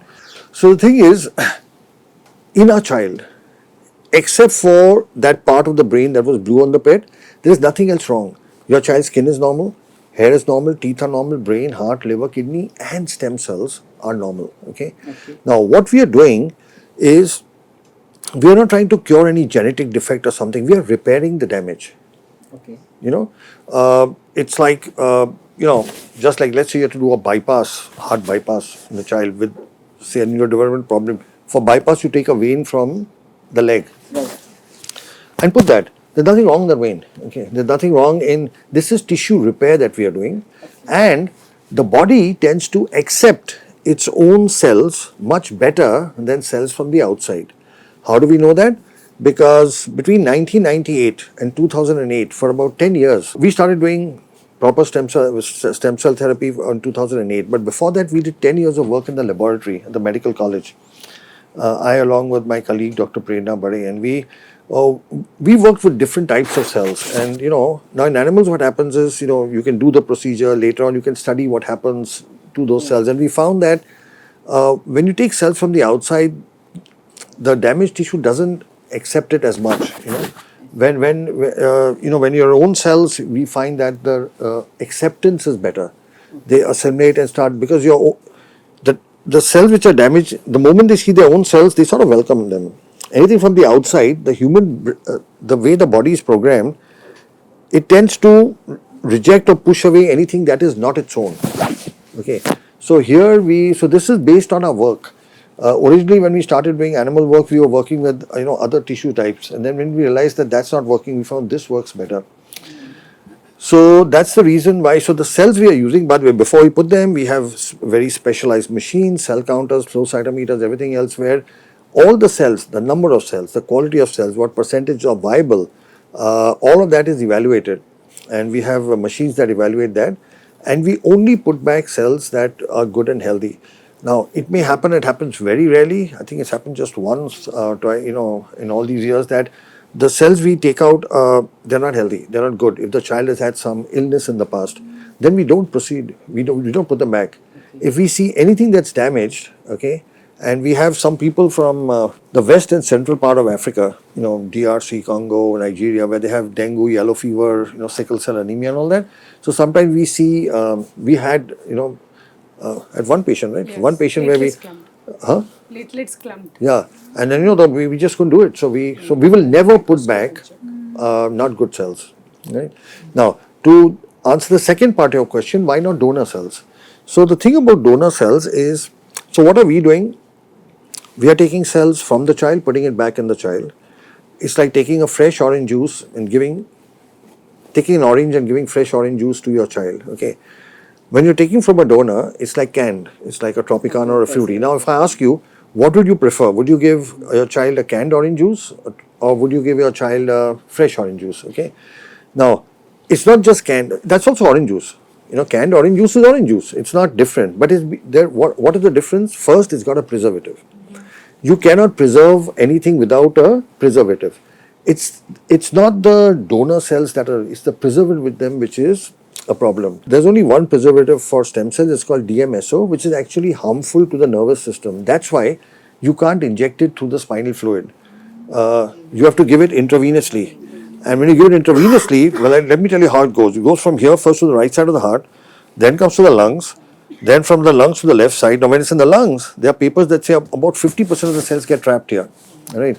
Then it goes from the left side to the brain. So it's this long route. Okay. And at the brain, there's a protection barrier called the blood-brain barrier, which sometimes may prevent these from going. We are bypassing all of that, putting it straight into the spinal fluid, which is directly connected to the brain and provides nourishment and nutrition to the brain. So we are putting it directly there. Now, this you can't do with. So donor cells are preserved. They were preservative. We have no preservative. Donor cells have been taken from multiple. You know how they get donor cells? Basically, we have something called the umbilical cord. It's the cord that connects the mother and baby at birth. So this is normally thrown away in the garbage. So these companies, they go to the various places and they collect it, and then they extract the stem cells and they package it and they sell it. So those cells have been taken from multiple placentas from multiple hospitals. We don't even know from where they've been taken. So the source is unknown. It is preserved, okay, and they are frozen, because the moment you have to preserve something, you have to freeze it at several minus degrees temperature. Okay, ours is normal temperature.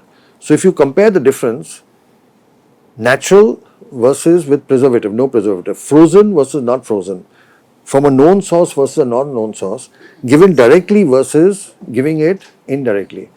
Now, we have nothing against cord blood, those donor cells. For example, in COVID, our hospital had become a COVID hospital, and we were treating COVID patients with, that time we used donor cells, because we could not use, but we were treating COVID and we wanted it in the lungs. So when we injected it here, it went in the lungs, and we got some very good results from them. So for the lungs, it's great. For the brain, I don't think it's so great. So particularly for autism, this is the way to be. Yes, absolutely. Yeah, and when you're taking, before injecting X amount, because depends on the child. Sometimes from the bone marrow that you extract, particular percentage is what you can use, and that's what you inject, right? So it can be more in one patient or less in one patient, according to the age. So age usually when the age is older, and the weight of the body. right, and then you get less amount in order to pull back. You first have to draw out the same amount that you're gonna put in. You say like that in the corner. You're describing it like a pro. But you said that you need to take out the same amount, so it's going to be different for each patient. Yes, absolutely. Yeah, and then put it back. So I just wanted to say that this is the reason why we came here in the first place, because Dr. Sharma has so much data. And the data that you show in the Dubai conference, it was like very specific to everything from eye contact, from this, from that, and that makes it really, we were able to see the specifics, which is, my husband is a very numbers person. So it makes you see that the research has been done and how serious it is. Does that make sense? Yeah. Now, I want to have... So before that question, I'll answer that. Some good news. We just got acceptance, thanks to Dr. Hemangi and her team. The world's largest published data. So 1,011 patients data, which is the largest in the world. Nobody has that. Nobody has, I think, more than 100 also. I mean, all the other people have... By us, by us. So it just got accepted for publication. I just got the proof 2 days ago, and so we will have the world's largest clinical study on autism. That is 1,011. Although we've treated close to 7,000 patients, but when you publish, what happens is, see, first you have to treat the patients, then you have to follow them up for over a year. Okay, because you have to show improvement at that time. And then you have to collect that data, then you send for publication. It takes about a year, 2 years to get it published. So this is old data, but it is still the largest collection, the largest data in the world. So it's in a very respected PubMed Index journal. So that's really good news. I hope that this paper will change the way people think. Okay, my question is this. When you're in that phase of darkness, that you're really, you have been diagnosed with a kid in the spectrum, and you go through this journey, and you don't know what to do, parents usually turn to the internet, right, to Google, and you start, listening to a lot of inputs, right? One of the things that you listen is that my child improved because he got this pill called NeuroBrock that is made out of cauliflower and has sulforaphane, and then it helped him talk in 2 weeks, and then you start buying this and the blue methylene blue and this and that, and there's so many things, and you don't know what you're giving to your child, and then, but it is like a crazy house, right? Because you're so desperate. You just want your child to improve, and you don't know what's wrong, and then you go to your doctor and says, oh no, that's, it is what it is, and that's it, and there's no hope, right? So then one of the things that I found when I came here is that my child had medically got blood tests, stool tests, the gut health test, and then a urine test, and the PET scans. So now I have tangible medical proof of how his health is. So then a plan can be created for him. This is what you need to take according to what these exams are showing, and these medicines that we don't have in the States, or they don't use it. Like, well, right now there is a kind of debate in the leucovorin thing because of Dr. Richard Fry in Florida. But anyways, so now I want to say that it is very thorough, and I have a plan, morning, afternoon, and dinner, and this is what we're gonna take, and for this X amount of time, and for this reason. So how important is this gut connection? Because we could talk hours about what is the real cause of autism and how this is happening. It's obvious that it's like it's either this or that or both, environmental, DNA, or maybe both together.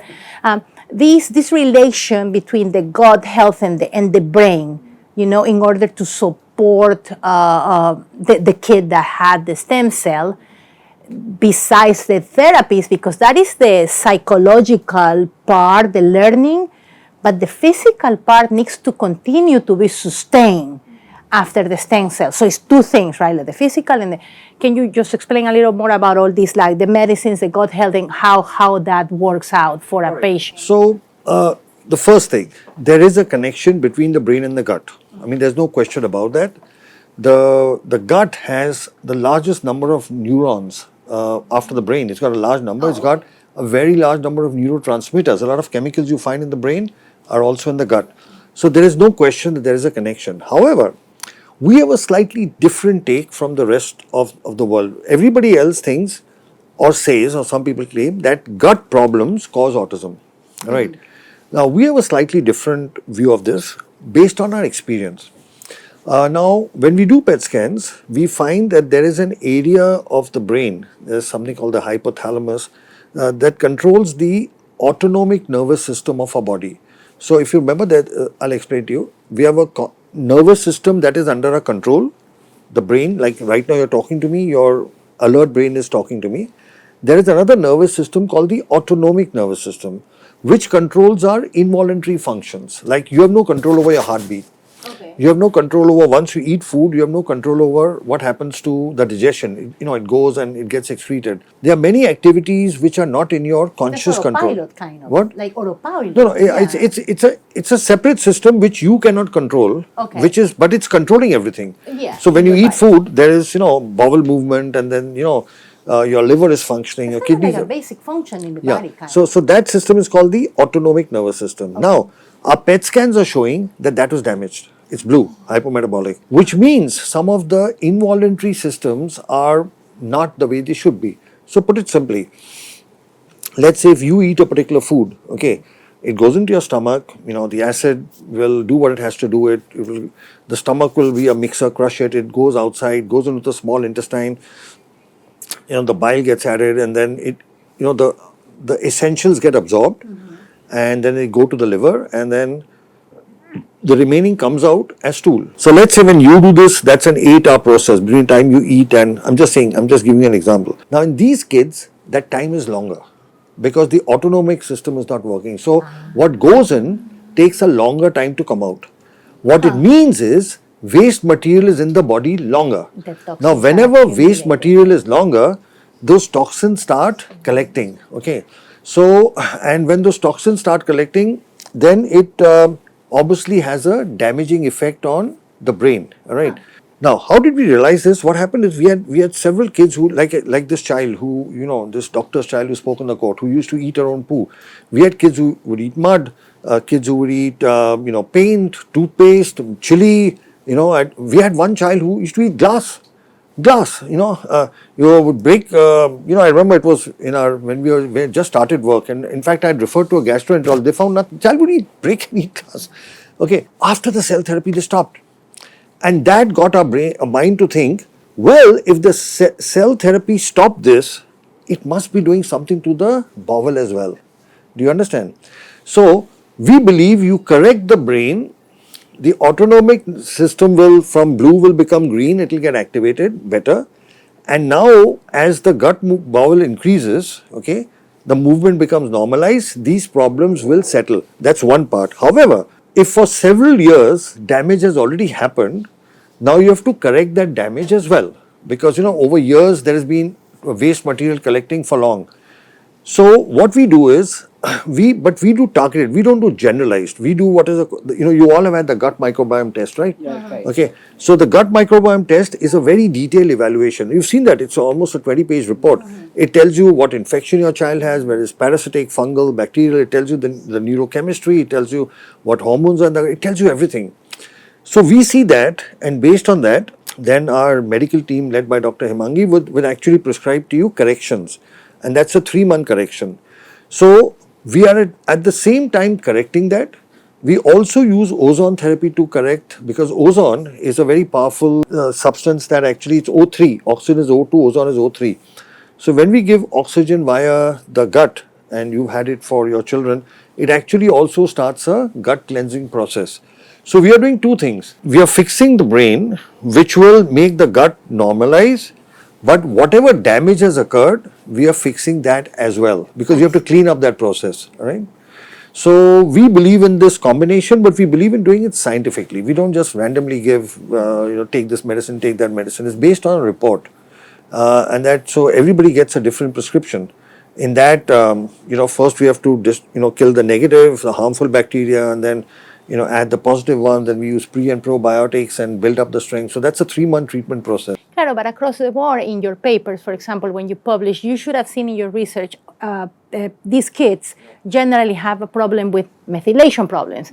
And then, I'm not a doctor. For me, it's really difficult to understand the methylation pathway. I have read it, I have done manuals about it, but I cannot, it's difficult concepts for me to understand what are the methylation pathways. And these kids also have deficiencies, usually in vitamin B or in vitamin S particular. So you would say probably 80% or 90% of them have specifically A, B, C, D. And this is the reason why we're using 1, 2, 3, and 4. Yeah. So we have that. So for example, we found I think close to 80% of our kids have low vitamin D levels. Now vitamin D, how vitamin D is produced? When your skin is exposed to the sun.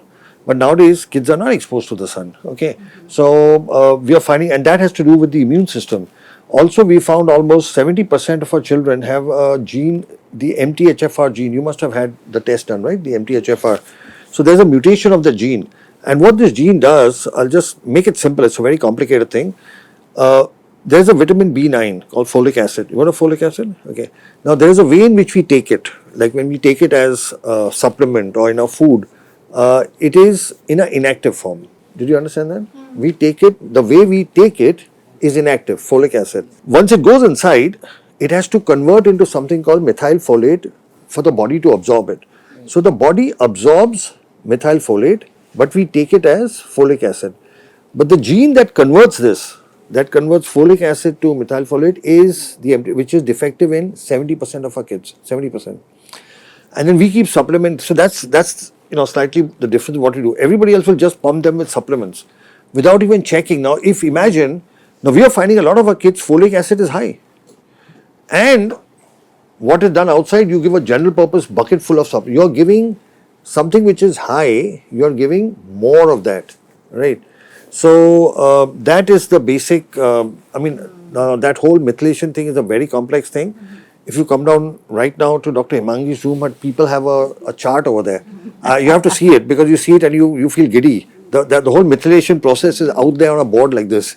Yeah, these are the exon 7, exon 4 that comes in the. So if you're really interested, you should go down. But after 10 minutes, you will start feeling giddy, because you can't figure out. We find it difficult to figure. Everything is connected to everything else. What happens is there are parents out there that they take the time, and even doctors. We have pediatricians that have kids in the spectrum, or other neurologists, because you don't know where the autism thunder is gonna go, right? So there are people out there that they see your work, they know about NeuroGen, and they can understand all these intrinsicies of the work that you're doing. But for us parents that we are not in the medical field, just understanding that all the medicines that you get are given because it's exactly what the kid needs, no less, but also no more, because more also causes That is very correct. damage. That's what we do. So everything of ours is personalized, it's individualized. We are doing tests and we are correcting only those things that are deficit, and obviously trying to find ways to circumvent the problems. So if you have an MTHFR gene that's a problem, then you have to, instead of giving folic acid, the leucovorin you were talking about, that bypasses this gene defect. So that's why it is given. it bypasses this. So there are things. Yeah, yeah. It goes directly to. So now the body absorbs it. It doesn't need the gene to convert. I mean, I'm just making it simple. It's far more complicated process. So that's, you're very right. What we do here is what we call a 360-degree management. We first evaluate the brain in every way. We do an MRI, we do a PET scan, we do an EEG. Again, by the way, in the MRI, which everybody reports normal, we have studied and we've published a paper where we show that there's a bridge between, we have two sides, a right and a left brain, and there's a bridge between the two called corpus callosum. We found in our kids with autism that is smaller. Oh. And nobody had noticed In that MRI. before. On MRI, okay. Now nobody had studied that before. They look at the MRI and say it's normal. Firstly, they don't do MRIs. So most of you have not had an MRI. When it's done, they say it's normal. Whereas we are finding, because see, we are looking for what is the problem, and we are comparing it to, yes, okay, there may be no tumor, there may be no infection, but the bridge that connects the two sides is less. That means the two sides have a weaker connection between each other. On the PET scan, which has never been done, we show you where the damage is. We do EEG, we do electrical activity, which can highlight whether a child is at risk for epilepsy or not. Okay, so if we find that the EEG is abnormal, then what we do is we will start anticonvulsants even before. We actually proactively started before, so they don't have. See, that's the benefit of being honest with yourself. We were honest. We documented our adverse events, we studied them, and we found solutions. Now, if you shove them below the carpet, well, you're not going to find a solution. But so we found, let's do an EEG. Okay, if it looks like this child has an abnormality, let's give beforehand so that the seizures don't happen. So we've looked at the brain, like you said, in great detail. We looked at all the blood and the biochemistry. You all have known it. We've looked at the genetic issues. We've looked at the gut, and we've had a very thorough clinical evaluation, the kind of, you've seen in your reports, in your discharge papers, our occupational therapists, our speech therapists, our psychologists, everybody's got detailed scoring and evaluations. So when you came here, you got a baseline, okay, of everything that is possible. But most interestingly, when you all come a second time, we now have a comparison, okay. We are comparing everything to what happened before. What scale is improving, what biochemistry is improving, what brain imaging is improving. So not only are you seeing changes, like all of you wonderfully and rather emotionally described the changes, but it sort of matches with what is happening on objective tests. So that's a double reinforcement of the benefits of cell or stem cell therapy. All right, any question you have? No? You have, I have please. a question for. Yeah. Actually, I already asked this to Dr. Nandini, She but will I have answer to again. ask in behalf of other parents. They are asking is there an age limit for stem cell? For example, we are lucky that our kids are small, but there are some parents that are 18, 20, 21 or what. Is there an age limit that the stem cell will not be able to? Okay, so there is no age limit. The youngest we have done is less than a 2-year-old child, and the oldest we have done is a 35-year-old, not a child, adult. So obviously there is no age limit. However, our data shows us that when we do it in younger children, like when we do in children below 5, we have a close to 98.8% success rate. When we do it in children between 5 and 10, it becomes a 95% success rate. When you do it after 10, it is a 90%. So with increasing age, the success becomes lesser, but we can do it at any age. I remember this 35-year-old. You can't call him a child.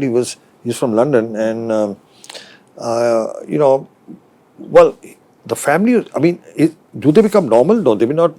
Firstly, we don't use the word normal anymore. We call people neurotypical or neurodiverse, but the parents, the mother was very happy because suddenly he became much more manageable at home. A lot of his behavioral issues got corrected.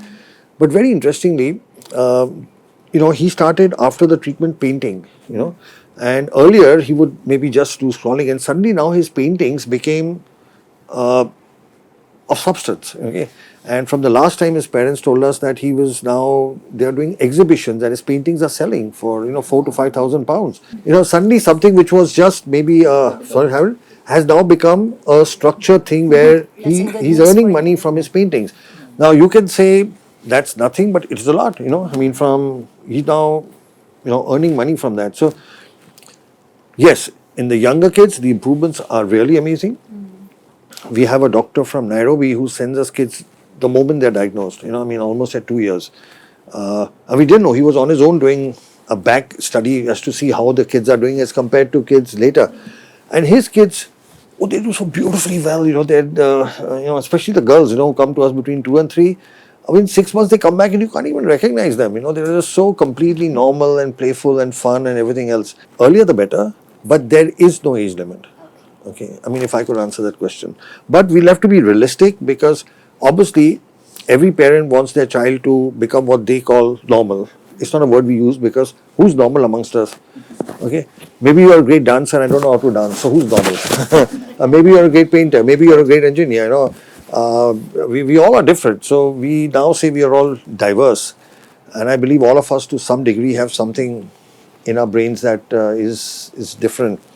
So yeah, but we are very realistic. We tell them, what we expect, and if parents are still doing so, yeah, we can do it anytime. Anything else? Any other questions you have? Anything I can answer? Question, Yeah, again, please. Yeah. Somebody had asked me this question and I didn't know the answer, but she mentioned that she has autism genetically in the family. It runs in the family. So for these kind of people, is stem cell just as effective, and do they still use the same person's stem cell? Yeah. So we've done. So actually, we had looked. What we have found is whether there is a genetic cause or not, our results don't change. Okay, because we are not correcting the genetic defect. What we are doing is we are repairing the brain damage. Okay, so whether there's a genetic defect or not, the results are the same when we see the PET scans and the clinical improvements and all of that. Okay. So it doesn't come in the way of our or doing anything. So in that sense. So anything else that you people want to ask? Anything about any question? You're asking on behalf of 70 million families. Okay, Each one of you represents because I am a 70 teacher. million means each one of you represents 10 million parents. Because I am a teacher, I always try to make examples to my students well, they are college students, but I still try to explain in a very fifth grader, right? When you were saying that an MRI shows that there is a small, what is that called? It's called the corpus callosum. Corpus It's the bridge callosum, between the the right bridge. and left brain. Yeah. So that would be translated. I think of the brain as, you have the right and the left lobes, right? And the information is like traffic. Okay, Yeah, the that's traffic that you have here crossing New Mumbai to Mumbai, and there's a lot of traffic. Yeah, it needs to go back and forth, but this bridge is too narrow. So then there is a collision. There is delay. Would that work as an example as to why is that the brain is yes. not working properly? One of the reasons. One of the reasons of many things. Okay. And in fact, we published a paper on this. We are the only people who have published a scientific paper which clearly shows that what is the like normally what is described as the corpus callosum size and volume, and that in our kids, and we've published this in a scientific In percentage, what would you say that is compared to a Hemangi? neurotypical? We have I don't know exactly what, but they have MRI have that abnormality, but majority have it, and there are specific areas like the channel on the first portion of the bridge and the end part, both the end and the start. This is where it really thin. So the middle part is okay, but the front and the back, they are majorly thin. So now the 5 months are thin. So now the signaling is not normal. So as you said, there's a traffic jam in that area because they are very narrow or thin. And the front portion is missing on the prefrontal cortex. Means the front part of the brain communicates to the front part of the corpus callosum. So humans have in many papers talking about low functioning in the prefrontal cortex. So this is the reason. And the back part is mainly on the cerebellum and the parietal cortex. So the sensory issue are mainly related to thalamus and the parietal cortex. So these fibers which are clotting from the parietal cortex on the sensory part of the brain, that is to the back part of the corpus callosum. So even over there, there is abnormality. So it's a very detailed study what we have done, and it is clinically correlating with the symptom of the children. See, understand, we use both our brains, because our speech is on the left. Most of us who are right-handed, our speech area is on the left, okay? But there are a lot of things that happen on the right, and it needs constant coordination, you're right, So now it's like a road that's narrow. So obviously there's going to be slower. That's why these, I mentioned earlier also, they have a problem of processing. You remember we are talking about, you asked me a question about, did they know us? Okay, and I said the problem is they knew you, they couldn't process that. So maybe the child's right brain knows this is my mother, okay, but to be able to say that information has to go to the left side to speak, and the child is not able to do that. So all of this, we'd be happy to share with you our papers. By the way, apart from this, we also have a paper on PET CT scan. We are I think among the first to show the world what is the damage in the brains of children with autism. And apart from that, what we have is our work is all scientifically validated, because that again that comes to that question whether you were discussing about approved, not approved, all those things. I forgot to mention one thing: scientific validity. So we spoke of legality, we spoke of approval, we spoke of permission, we spoke of ethics, and now there is the scientific validation. So in our medical world, we have something called peer review. Peer review is when somebody outside of you studies your data, authenticates it, and then has it published. So we have something called medical journals. In a medical world, we have medical journals. These medical journals, we send our data to them. What they do is the editor, the editorial board, and 3 independent reviewers from different parts of the world study that data. They ask us for information to authenticate it. They will ask us for the scan copy. They will ask us for everything. They want to know, is your data accurate? Is it scientifically correct? Is it ethical? Okay. Why they have to do it? Because if they publish wrong data, their journal's name suffers, not us. They don't check it for us. They check it because their journal cannot publish anything that is wrong. It's a big backlash on them if something wrong is published. So it's called peer review. Okay. So all our work has been peer reviewed, and we don't have 1 or 2. We have 108 scientific papers. 108 in international journals. Okay. So 108 different journals have accepted our data and published it. So this is called peer review. In this, they check the safety of the data, and they check its efficacy, whether it's working or not. So all our results, whatever we are talking about here, it's in the public domain. If I say the corpus callosum is small, it's what is published, what has been accepted by other people to say that this is authentic. Our clinical results, the percentage of success that I was talking about, all of it has been reviewed by somebody outside of us. See, in today's world, you don't know what somebody do. Today you can make up anything, You can make data up from AI if you want, you can Photoshop, you can create any data if you want. But once it has been peer reviewed, so again, we don't have 1 or 2, we have the world's largest number of publications. There is not a single hospital on this planet which has over 100 scientific papers on cell therapy for neurological disorders. That's it, only on this subject. So all this data has been published. So, and yet this is work in progress. You have to understand, there is no end point to this. There is no end point. There is no finish line to the work of science. The work is always with us. What better, what more, what different? I very often compare to mobile phones. Your mobile phone is not an end point. I mean, the model today is better than what was there 3 years ago, and the one 3 years now will be better than what is there today. So we have been evolving continuously, from adding hyperbaric oxygen, from adding ozone to gut clean. This is all part of our process. Even at the back end, we're completely, we've got newer machines and better things to do this stuff. So there is an ongoing improvement process.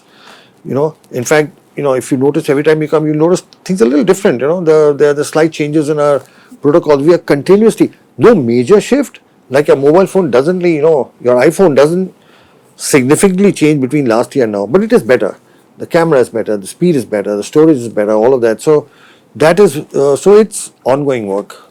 In the world of disabilities, it probably will be worth sharing that your work it's right now prominent because of autism. Nevertheless, your first work was because of spinal cord issues. So at NeuroGen, you are treating also other disabilities, just so parents out there know, because if I have a child with autism and I'm going for therapies, physical therapy, for example, maybe I see another parent that has a kid with cerebral palsy that are doing physical therapy, or another person with Down syndrome doing occupational therapy, and they may not know that you also are treating these other disabilities with this stem cell therapy.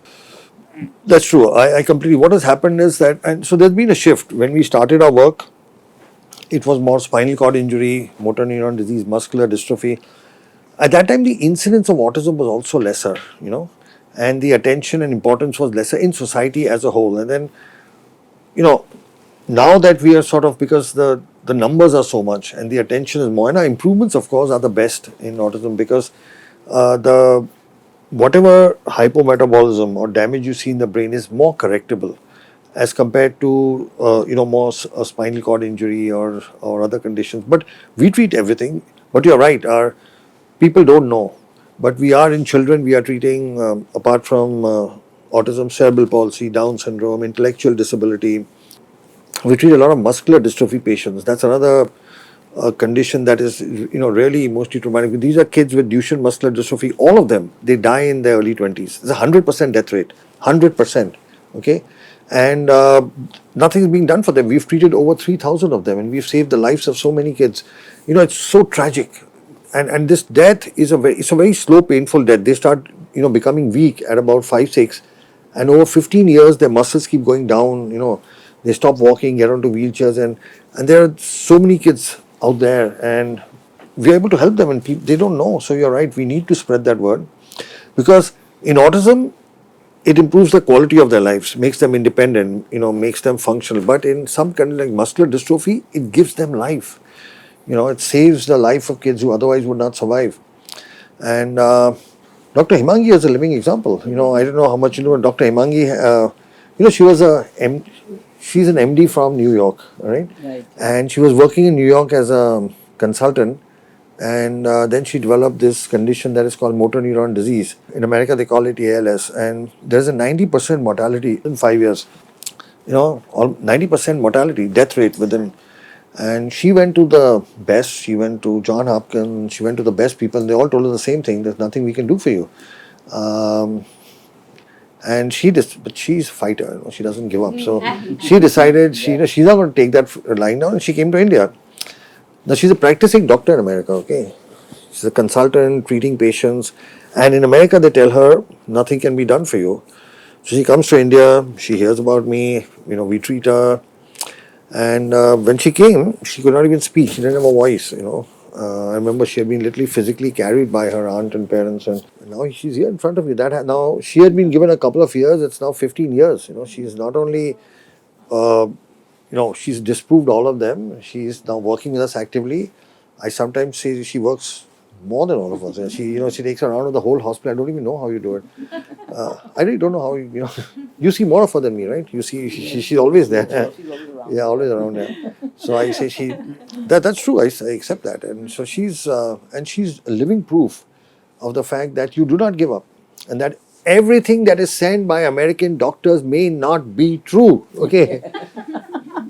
John Hopkins told her, you have a few years to live. She's disproved John Hopkins. Okay, she's here. And, all the other people who were, what? Paper and then send it to them. Yeah.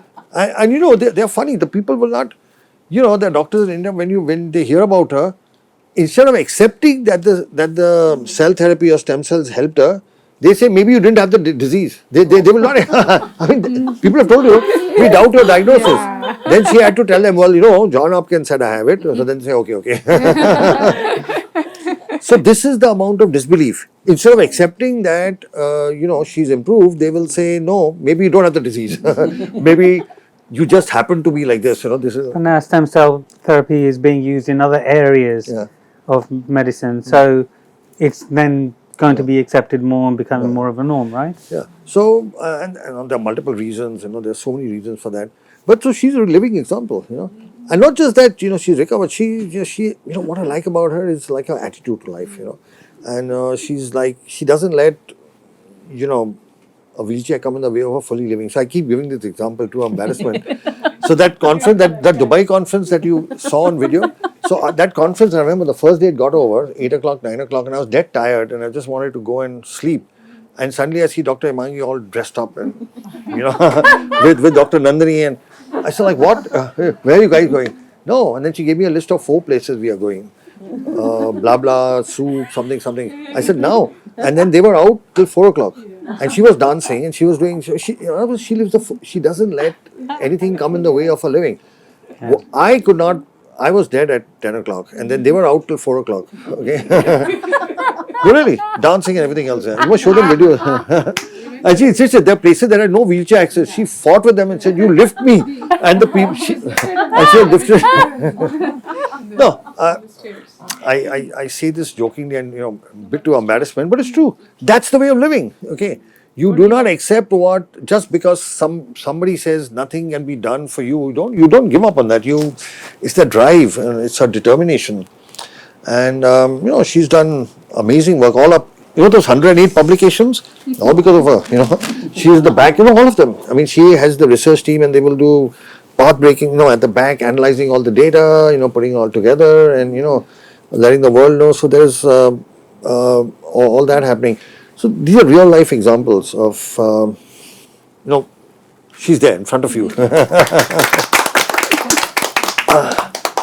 So yeah, so that's it. If you have any more questions. So maybe I have a question for Catherine. Yeah. You have. Yes. No, so you did tell a lot of, you did summarize all of your, journey and all. But could you maybe summarize for all the parents out there, why did you choose to come to India to NeuroGen all the way from US? Just what was your thought process? It's a 14-and-a-half-hour flight, the one that brings me across, but then I had to take another flight to get to New York, so it's like, Despite that? It was because of the data. So when Dr. Sharma was explaining this in the Dubai 2023, which by the way, you cannot find on YouTube the conference for 2024, because I was looking for it, and I wasn't able to find it, neither the 2025, but the 2023 is available, the Dubai. He was straight to the point and very clear, and he proved data segmented. Eye contact, this is the improvement. Receptive language, this is the improvement. So because I am my husband is a person of numbers, but I am more in the scientific method, when you are into that, you could see clearly that the research there was done. And that he knew what he was talking about. Aside that he was talking about HBOT and all that, like a 360. But the way that they keep that at NeuroGen, the data is followed, gives me the reassurance that they have done their work. I am trusting my child's life in your hands. I just want to make sure that, probably I don't want him to get worse than what he is, but I don't want him to, pass away. I want him to be alive. So that reassurance came in that conference, because he was showing numbers, and the numbers don't lie, right? And after that, when we decided to start communication with NeuroGen, he took the time to talk to me. In all his busy schedule, you know how the Tuesdays are here really difficult from the very morning until late, and he has the stamina to stay until 10 p.m. to take a phone call from, wherever in the world, not knowing if that person is coming or not, just out of a good heart, because he wanted to answer my questions, a complete stranger. But the heart of, I know that this parent has a kid with a disability that I am able to help. I will go beyond and answer your questions to the best of my abilities.